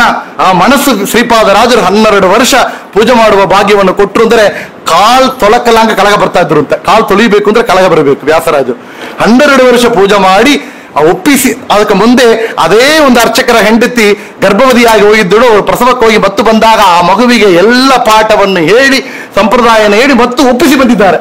ನೋಡಿ, ನಮಗೆ 5 ವರ್ಷ ಈ ಟ್ರಸ್ಟ್ ಇದ್ರೆ ಹೊರಗೆ ಬರ್ಲಿಕ್ಕೆ ಮನಸ್ಸು ಬರೋದಿಲ್ಲ. 12 ವರ್ಷ ತಿಮ್ಮಪ್ಪನ ಪೂಜೆ ಮಾಡಬೇಕು ಅಂತ ಹಂಗೆ ಹಿಡಿದುಕೊಂಡಿದ್ರೆ ಈತದು ಮಧ್ವ ಮಠವಾಗಿರ್ತದೆ ತಿಮ್ಮಪ್ಪ ಗುಡಿ. ಆದರೆ ನಮಗೆ ಭಗವಂತ ಎಷ್ಟು ಕೊಟ್ಟನೋ ಅಷ್ಟೇ. ಇದು ಅವರು ಮಠ, ಅವರು ಗುಡಿಯಾಗಿರಬೇಕು ಅಂತ ಒಪ್ಪಿಸಿ ಬಂದಿದ್ದಾರಲ್ಲ, ಇದು ವ್ಯಾಸರಾಜರ ಮನಸ್ಸು, ಶ್ರೀಪಾದರಾಜರ ಮನಸ್ಸು ಅಂತ ನೋಡುತ್ತೇವೆ. ಅಷ್ಟು ದೊಡ್ಡ ಜ್ಞಾನಿಗಳು ವ್ಯಾಸರಾಜರು, ಶ್ರೀಪಾದರಾಜರು. ಅವರಿಗೆ ಅಷ್ಟು ಚೆನ್ನಾಗಿ ಪಾಠವನ್ನು ಹೇಳಿ ತಯಾರು ಮಾಡಿದ್ದಾರೆ. ಇನ್ನು ಒಂದು ಮಾತನ್ನು ಹೇಳಿ ಮುಡಿಸುತ್ತಾನೆ. ವ್ಯಾಸರಾಜರು ನಿತ್ಯ ತೀರ್ಥ ಕೊಡ್ತಾ ಇದ್ರಂತೆ. ನಾನು ಒಂದು 56 ಬರ್ಕೊಂಡು ಬಂದಿದ್ದೆ. ಅದೆಲ್ಲ 1.5 ಗಂಟೆ ತಾದು ಬೇಕು ಅದು ಹೇಳಬೇಕಾದ್ರೆ, ಅಷ್ಟು ಹೇಳಕ್ಕೆ ಸಾಧ್ಯ ಇಲ್ಲ. ವ್ಯಾಸರಾಜರು ನಿತ್ಯನ ಪೂಜೆ ಮಾಡಿ ತೀರ್ಥ ಕೊಡ್ತಾ ಬಂದರು. ಶ್ರೀಪಾದರಾಜರಿಗೆ ಕೊಟ್ಟರೆ ಹಿಡಿದ್ರು ಅಂತ, ಏನೋ ಒಂದು ಕಡಿಮೆ ಆಗಿದೆ ಅಂದ್ರು. ಏನೋ ಒಂದು ಕಡಿಮೆ ಆಗಿದೆ. ಏನು ಕಡಿಮೆ ಆಗಿದೆ ಅಂದ್ರೆ ನಾವೇ ನಡೆಸ್ತೇವೆ, ಪಚ್ಚಕರ್ಪೂರ ಹಾಕಿಲ್ಲ, ಏಲಕ್ಕಿ ಹಾಕಿಲ್ಲ, ಏನೋ ಕುಂಕುಮಪ್ಪು ಹಾಕಿಲ್ಲ ಇತ್ತು, ಹಾಗಾದ್ರೆ ನಡೆಸ್ತೇವೆ. ಹೇಳಿದ್ರಂತೆ ಏನು ಕಡಿಮೆ ಆಗಿದೆ ಅಂದರೆ, ಇಲ್ಲಲ್ಲ, ನೀವು ಮಹಾಭಾರತ ತಾತ್ಪರ್ಯ ನಿರ್ಣಯ ಅಧ್ಯಯನ ಆಗಿಲ್ಲ, ಅದು ತೀರ್ಥದಲ್ಲಿ ಕಾಣಿಸ್ತೆ, ನೀವು ಮಹಾಭಾರತ ತಾತ್ಪರ್ಯನೇ ಓದಿ ಬನ್ನಿ, ಅಮಲ ತೀರ್ಥ ತಗೊಂತಾರೆ ಎಂದ್ರು. ಮಹಾಭಾರತ ತಾತ್ಪರ್ಯನೇ ಓದಿ ಬಂದು ಕೊಟ್ಟವರ ಸ್ವೀಕಾರ ಈಗ ಪೂರ್ತಿ ಆಗಿದೆ ಎಂದ್ರು. ಏನೊಂದು ಅಪರೋಕ್ಷ ಜ್ಞಾನಿಗಳು. ನಾವೆಲ್ಲ ತೀರ್ಥ ಕೊಟ್ಟೇ ಕೊಡ್ತೇವೆ, ಆದ್ರೆ ಅವನ ಬೈಕೊಂಡು ಇವನ ಬೈಕೊಂಡು ಎಲ್ಲ ಶ್ರೀಪಾದರಾಜಿ ಕಾಣಿಸ್ತಾ ಇರ್ತೇವೆ. ಏನು ಗ್ರಂಥಗಳ ಸ್ಮರಣೆ ಕಾಣಿಸೋದಿಲ್ಲ. ಶ್ರೀಪಾದರಾಜರ ಅಪರೋಕ್ಷ ಜ್ಞಾನ ಅಂತಹದ್ದು ಅಂತ ವಿಷಯವನ್ನ ನೋಡ್ತೇವೆ. ಇಂತಹ ದೊಡ್ಡವರು ವಿಶೇಷವಾಗಿ ನಾವು ಹೇಳ್ತೇವೆ, ದಾಸರ ಕೃತಿ ರಂಗವಿಠಲ ಮುದ್ರೆಯಿಂದ ಇಷ್ಟು ಕೊಟ್ಟಿದ್ದಾರಲ್ಲ. ಪುರುಷರು ವಾಯುಸ್ತುತಿ ಹೇಳಿದರೆ ವಿಶೇಷ ಪುಣ್ಯ ಅಂತಿದೆ. ಆದರೆ ಆ ಪುಣ್ಯ ನಮ್ಮ ಸ್ತ್ರೀಗಳಿಗೆ ಆಗಬೇಕು ಅಂತೇಳಿ ಆ ವಾಯುಸ್ತುತಿಯನ್ನೇ ಕನ್ನಡ ವಾಯುಸ್ತುತಿ ಎಂಬ ಮಧ್ವನಾಮವಾಗಿ ಮಾಡಿಕೊಟ್ಟವರು ಶ್ರೀಪಾದರಾಜರು. ವಿಶೇಷವಾಗಿ ಎಷ್ಟೋ ದೊಡ್ಡ ಕೃತಿ, ವಾಮನ ಹುಟ್ಟು ಅಂತ ಒಂದು ಗ್ರಂಥ ಕೊಟ್ಟಿದ್ದಾರೆ, ಚೆನ್ನಾಗಿದೆ. ವಾಮನ ಹುಟ್ಟನ್ನು ಓದಿದರೆ ಭಾಗವತ ಕೃತದಲ್ಲಿ ಇರುವಂತಹ ಕತೆ ಮುಂದೆ ಹಾಗೇ ವರ್ಣನೆ ಮಾಡಿದ್ದಾರೆ ಶ್ರೀಪಾದರಾಜರು. ಆ ಮಧ್ವನಾಮ ನೋಡಿದರೆ ನಿಮಗೆ ಗೊತ್ತು, ಅದರಲ್ಲಿ ಮೊದಲು 4 ಪದ್ಯದಲ್ಲಿ 3 ರೂಪ ವಾಯುದೇವರ ಚಿಂತನೆ, ಆಮೇಲೆ 5 ರಿಂದ 11 ಹನುಮಂತ ರೂಪಿ ಪರಮಾತ್ಮ ಅವತಾರ ರೂಪ ಚಿಂತನೆ, ಆಮೇಲೆ 12 ರಿಂದ 22 ಭೀಮ ಅವತಾರ ಚಿಂತನೆ, 23 ರಿಂದ 29 ಮಧ್ವಾವತಾರ ಚಿಂತನೆ. ಮುಂದೆ ಫಲಶ್ರುತಿ ಅವರು ಮಾಡಲಿಲ್ಲ. 29 ಪದ್ಯದಲ್ಲಿ ಇಡೀ ವೇದ ಉಪನಿಷತ್ತುಗಳ ರಾಮಾಯಣ ಮಹಾಭಾರತ ಸುಮಧ್ವಜಯ ಕಾವ್ಯ ಸಾರವನ್ನ ರಸವಾಗಿ ತೆಗೆದುಕೊಟ್ಟಿದ್ದಾರೆ ಮಧ್ವನಾಮ. ನಾವು ಹೇಗೋ ಒಂದು ಉದಾಹರಣೆ ಹೇಳೋದುಂಟು, ವ್ಯಾಧಿ ಬಂದರೆ ತುಂಬಾ ಆಹಾರ ಮಾಡಲಿಕ್ಕಿರುವವರಿಗೆ ಗಂಜಿ ಕೊಡ್ತಾರೆ, ಅದರಿಲ್ಲ ಅಂದ್ರೆ ಜ್ಯೂಸ್ ಮಾಡಿ ಕೊಡ್ತಾರೆ. ಇಲ್ಲ ವಿಟಮಿನ್ ಡಿಫಿಷಿಯನ್ಸಿ ಅಂತ ಹೇಳಿದ್ರೆ ಎ ವಿಟಮಿನ್ ಇಲ್ಲ ಆಪಲ್ ಕೊಡಿ, ಸಿ ವಿಟಮಿನ್ ಇಲ್ಲ ಆರೆಂಜ್ ಕೊಡಿ, ಇದೆಲ್ಲ ವಿಟಮಿನ್ ಟ್ಯಾಬ್ಲೆಟ್ ಬಂದಿದೆ. ಇನ್ನು ಮಲ್ಟಿ ವಿಟಮಿನ್ ಪ್ರಾಬ್ಲಮ್ ಆದ್ರೆ ಮಲ್ಟಿ ವಿಟಮಿನ್ ಟ್ಯಾಬ್ಲೆಟ್, ಒಂದೇ ಟ್ಯಾಬ್ಲೆಟ್ ಕೊಡ್ತಾ ಇರಲ್ಲ. ಆ ರೀತಿ ಎಲ್ಲ ವೇದಶಾಸ್ತ್ರ ರಾಮಾಯಣ ಮಹಾಭಾರತ ಪುರಾಣ ಇತಿಹಾಸಗಳ ಮಲ್ಟಿ ವಿಟಮಿನ್ ಒಂದೇ ಟ್ಯಾಬ್ಲೆಟ್ ರಂಗವಿಠಲ ಮುದ್ರೆಯಲ್ಲಿ ನಮಗಾಗಿ ಕೊಟ್ಟವರು ಶ್ರೀಪಾದರಾಜರು. ಒಂದೇ ಟ್ಯಾಬ್ಲೆಟ್, ಅದು ನೋಡಿದರೆ ಸಾಕು. ರಾಮಾಯಣ ಓದಿದ್ರೆ ರಾಮಾಯಣ ಮಾತ್ರ ಗೊತ್ತು, ಮಹಾಭಾರತ ಓದಿದ್ರೆ ರಾಮಾಯಣ ಮಹಾಭಾರತ ಮಾತ್ರ ಗೊತ್ತು, ಶ್ರೀಪಾದರಾಜರ ಕೃತಿಗಳ ಓದಿದ್ರೆ ನಮಗೆ ಎಲ್ಲರೇ ಗೊತ್ತಾಗಿ ಬಿಡುತ್ತೆ. ಅಂತ ದೊಡ್ಡ ಜ್ಞಾನಿಗಳು ಮಧ್ವನಾಮವನ್ನು ರಚನೆ ಮಾಡಿಕೊಟ್ರೆ 300 ವರ್ಷಕ್ಕ ಮೇಲೆ ಜಗನ್ನಾಥ ತೀರ್ಥರು ಅದಕ್ಕೆ ಫಲಶ್ರುತಿಯನ್ನು ಬರೀತಾರೆ. ಈ ಮಧ್ವನಾಮ ಬರೆದು ಓದಿದವರಿಗೆ ಏನು ಅಂದರೆ ಸೋಮಸೂರ್ಯೋಪರಾಗದಿಕವು ಸಹಸ್ರಗಳ ಭೂಮಿದೇವರಿಗೆ ಸ್ವರ ನದಿಯ ತಡದಿ ಶ್ರೀಮುಕುಂದಾರ್ಪಣ ವೆನುತ ಕೊಟ್ಟ ಫಲವಕ್ಕೂ ಈ ಮಧ್ವನಾಮ ಬರೆದು ಓದಿದವರಿಗೆ ಎಂದರು. ಸೂರ್ಯ ಚಂದ್ರಗ್ರಹಣ ಕಾಲದಲ್ಲಿ ಗಂಗಾ ನದಿ ತೀರದಲ್ಲಿ ಸಾವಿರಾರು ಗೋಗಳನ್ನ ಅವರು ಭೂಮಿದೇವರಿಗೆ ಜ್ಞಾನಿಗಳಿಗೆ ಸಮರ್ಪಣೆ ಮಾಡಿ ನಾ ಮಾಡಿದೆ ಹಂಗಿಲ್ಲ, ಮುಕುಂದಾರ್ಪಣ ಕೃಷ್ಣಾರ್ಪಣ ಅಂತ ಹೇಳಿ ಸಮರ್ಪಣೆ ಮಾಡಿದರೆ ಏನು ಫಲವೋ ಆ ಫಲ ಈ ಮಧ್ವನಾಮ ಬರೆದು ಓದಿದವರಿಗೆ ಅಂತೇಳಿ ಪುತ್ರರಿಲ್ಲದವರು ಸತ್ಪುತ್ರರೈದವರು ಸರ್ವತ್ರದಲ್ಲಿ ದಿಗ್ವಿಜಯಬಹುದು ಸಕಲ ಶತ್ರುಗಳು ಕಡುವರು ಅಪಮೃತ್ಯು ಬರಳಂಜುವುದು ಸೂತ್ರನಾಮ ಕಡೆ ಸಂಸ್ತುತಿ ಮಾತ್ರದಿ ಇಂತ. ನಮಗೆಲ್ಲ ಮಕ್ಕಳಾಗಬೇಕು ಅಂತ ಬೇಡಿಬ್ಬವರಿಗೆ, ವಿವಾಹ ಆಗಬೇಕು, ಸಂತಾನ ಪ್ರಾಪ್ತಿ ಆಗಬೇಕು, ವಂಶವೃದ್ಧಿ, ನಮ್ಮ ಧರ್ಮ ಮಾರ್ಗದಲ್ಲಿ ವಂಶವೃದ್ಧಿ ಆಗಬೇಕಾಗಿದೆ. ಇವಾಗ ಅದಾಗಬೇಕು ಅಂದ್ರೆ ನಮಗೆ ಶ್ರೀಪಾದರಾಜರಂತ ಮಗು, ವಾಯುದೇವರಂತ ಮಗು ಹುಟ್ಟು ಬೇಡ, ಆ ವಾಯುದೇವರ ಶ್ರೀಪಾದರಾಜ ಸ್ತೋತ್ರ ಮಾಡುವಂತ ಮಗು ಹುಟ್ಟಲಿ ಅಂತ ಪ್ರಾರ್ಥನೆ ಮಾಡೋಣ. ಅದನ್ನ ಮಧ್ವನಾಮ ಕೊಡ್ತಾ ಇದೆ ಅಂತ ಹೇಳಿ ವಿಶೇಷವಾಗಿ ಫಲಶ್ರುತಿಯನ್ನ ಜಗನ್ನಾಥ ದಾಸರು ಮಾಡಿಕೊಟ್ಟಿದ್ದಾರೆ. ಅಂತ ಶ್ರೀಪಾದರಾಜರು ನಾವು ಕೇಳ್ತೇವೆ. ಜ್ಯೇಷ್ಠ ಮಾಸ ಶುಕ್ಲ ಪಕ್ಷದ ಈ ಒಂದು ಚತುರ್ದಶಿ ದಿವಸದಲ್ಲಿ ವಿಶೇಷವಾಗಿ ಅವರು ಬೃಂದಾವನಸ್ಥರಾಗಿ ಇವತ್ತು ಕೂಡ ಅಲ್ಲಿ ಮುಳುಬಾಗಿಲು ಕ್ಷೇತ್ರದಲ್ಲಿ ಜ್ಞಾನಭಕ್ತಿ ವೈರಾಗ್ಯವನ್ನು ನೀಡುತ್ತಾ ತಮ್ಮ ಭಕ್ತರಿಗೆ ವಿಶೇಷವಾಗಿ ಜ್ಞಾನಭಕ್ತಿ ವೈರಾಗ್ಯವನ್ನು ನೀಡುತ್ತಾ ಕಾಮಧೇನು ಕಲ್ಪವೃಕ್ಷ ಚಿಂತಾಮಣಿಯಾಗಿದ್ದಾರೆ. ಇದಕ್ಕೆ ಸೂಚನೆ ಸಮೀಪ ಕಾಲದಲ್ಲಿ ಅವರು ಪರಂಪರೆಯಲ್ಲಿ ಬಂದ ಯತಿಗಳು ಪೀಠಾಧೀಶರೊಬ್ಬರು ಏನೋ ಒಂದು ರಿಪೇರ್ ವರ್ಕ್ ಇತ್ತಂತೆ. ಶ್ರೀಪಾದರಾಜರ ಬೃಂದಾವನದ ಒಂದು ರಿಪೇರ್ ವರ್ಕ್ ಮಾಡಬೇಕಾಗಿದೆ, ಅದನ್ನು ನೋಡಬೇಕು ಅಂತ ಹೇಳಿ ಎಲ್ಲಿ ಇದೆ ಅಂತ ಸರಿ ಮಾಡೋಣ ಅಂತ ಪೀಠಾಧೀಶರು ಒಳಗೋಗಿ ಆ ಬೃಂದಾವನನ ಕೆಳಗೆ ತೆಗೆದರೆ ಏನಾಗತ್ತೆ ಎಂಬಂತ ನೋಡ್ಲಿಕ್ಕೆ ಪ್ರಯತ್ನ ಮಾಡಿದ್ದಾರೆ. ನೋಡಿದರೆ ಪಕ್ಕದಲ್ಲಿ ನೋಡಿದರೆ ತೆಳೆದರೆ ಅಲ್ಲಿ ಒಳಗೆ ಒಂದು ಪ್ರಕಾಶದಿಂದ ಬೆಳಕು ಉರಿತಾ ಇದೆ. ಅಲಗೆ ಪ್ರಕಾಶದಿಂದ ಬೆಳಕು ಕಾಣಿಸ್ತೆ, ದೊಡ್ಡ ಸರ್ಪವನ್ನು ಕಂಡಿರುತ್ತೆ. ಸರ್ಪವನ್ನು ಕಂಡ ಮಾತ್ರದಿಂದ ಓ ಶ್ರೀಪಾದರಾದರು ಧ್ಯಾನದಲ್ಲಿದ್ದಾರೆ, ಇಲ್ಲಿ ಏನು ನಾವು ಟಚ್ ಮಾಡಬಾರದು, ಇಲ್ಲಿ ವಿಶೇಷವಾಗಿ ಸನ್ನಿಹಿತರಾಗಿದ್ದಾರೆ ಅಂತ ಸಮೀಪ ಕಾಲದಲ್ಲಿ ನೋಡಿದವರು ಅಂತ ನಾವು ಕೇಳ್ತೇವೆ. ಅಂತ ಮಹನೀಯರೇ ಆರಾಧನಾ ಪರ್ವಕಾಲ ಇವತ್ತು ವಿಶೇಷವಾಗಿ ಬಂದಿದೆ. ಅಂತ ವಿಶೇಷವಾದ ಪರ್ವಕಾಲದಲ್ಲಿ ಇರುವಂತಹ ಸಮಯ 40 ನಿಮಿಷ ಇತ್ತು. ಅದರಿಂದ ಇರುವ ಸಮಯದಲ್ಲಿ ಯಥಾಶಕ್ತಿ ಶ್ರೀಪಾದರಾಜರ ಮಹಿಮೆ, ಅವರ ಮಹಿಮೆಯನ್ನ ಹಿಂದೆ ಬಂದಂತಹ ಎಷ್ಟೋ ಮಹನೀಯರು ಕೊಂಡಾಡಿದ್ದಾರೆ ಅಂತ ನಾವು ನೋಡ್ತೇವೆ. ಅಂತ ಮಹನೀಯರ ಕೃತಿಗಳನ್ನು ಇಟ್ಟುಕೊಂಡು ನಾವು ಇವತ್ತು ಯಥಾಶಕ್ತಿ ಶ್ರೀಪಾದರಾಜರ ಮಹಿಮೆಯನ್ನ ಹೇಳಿದ್ದೆವು.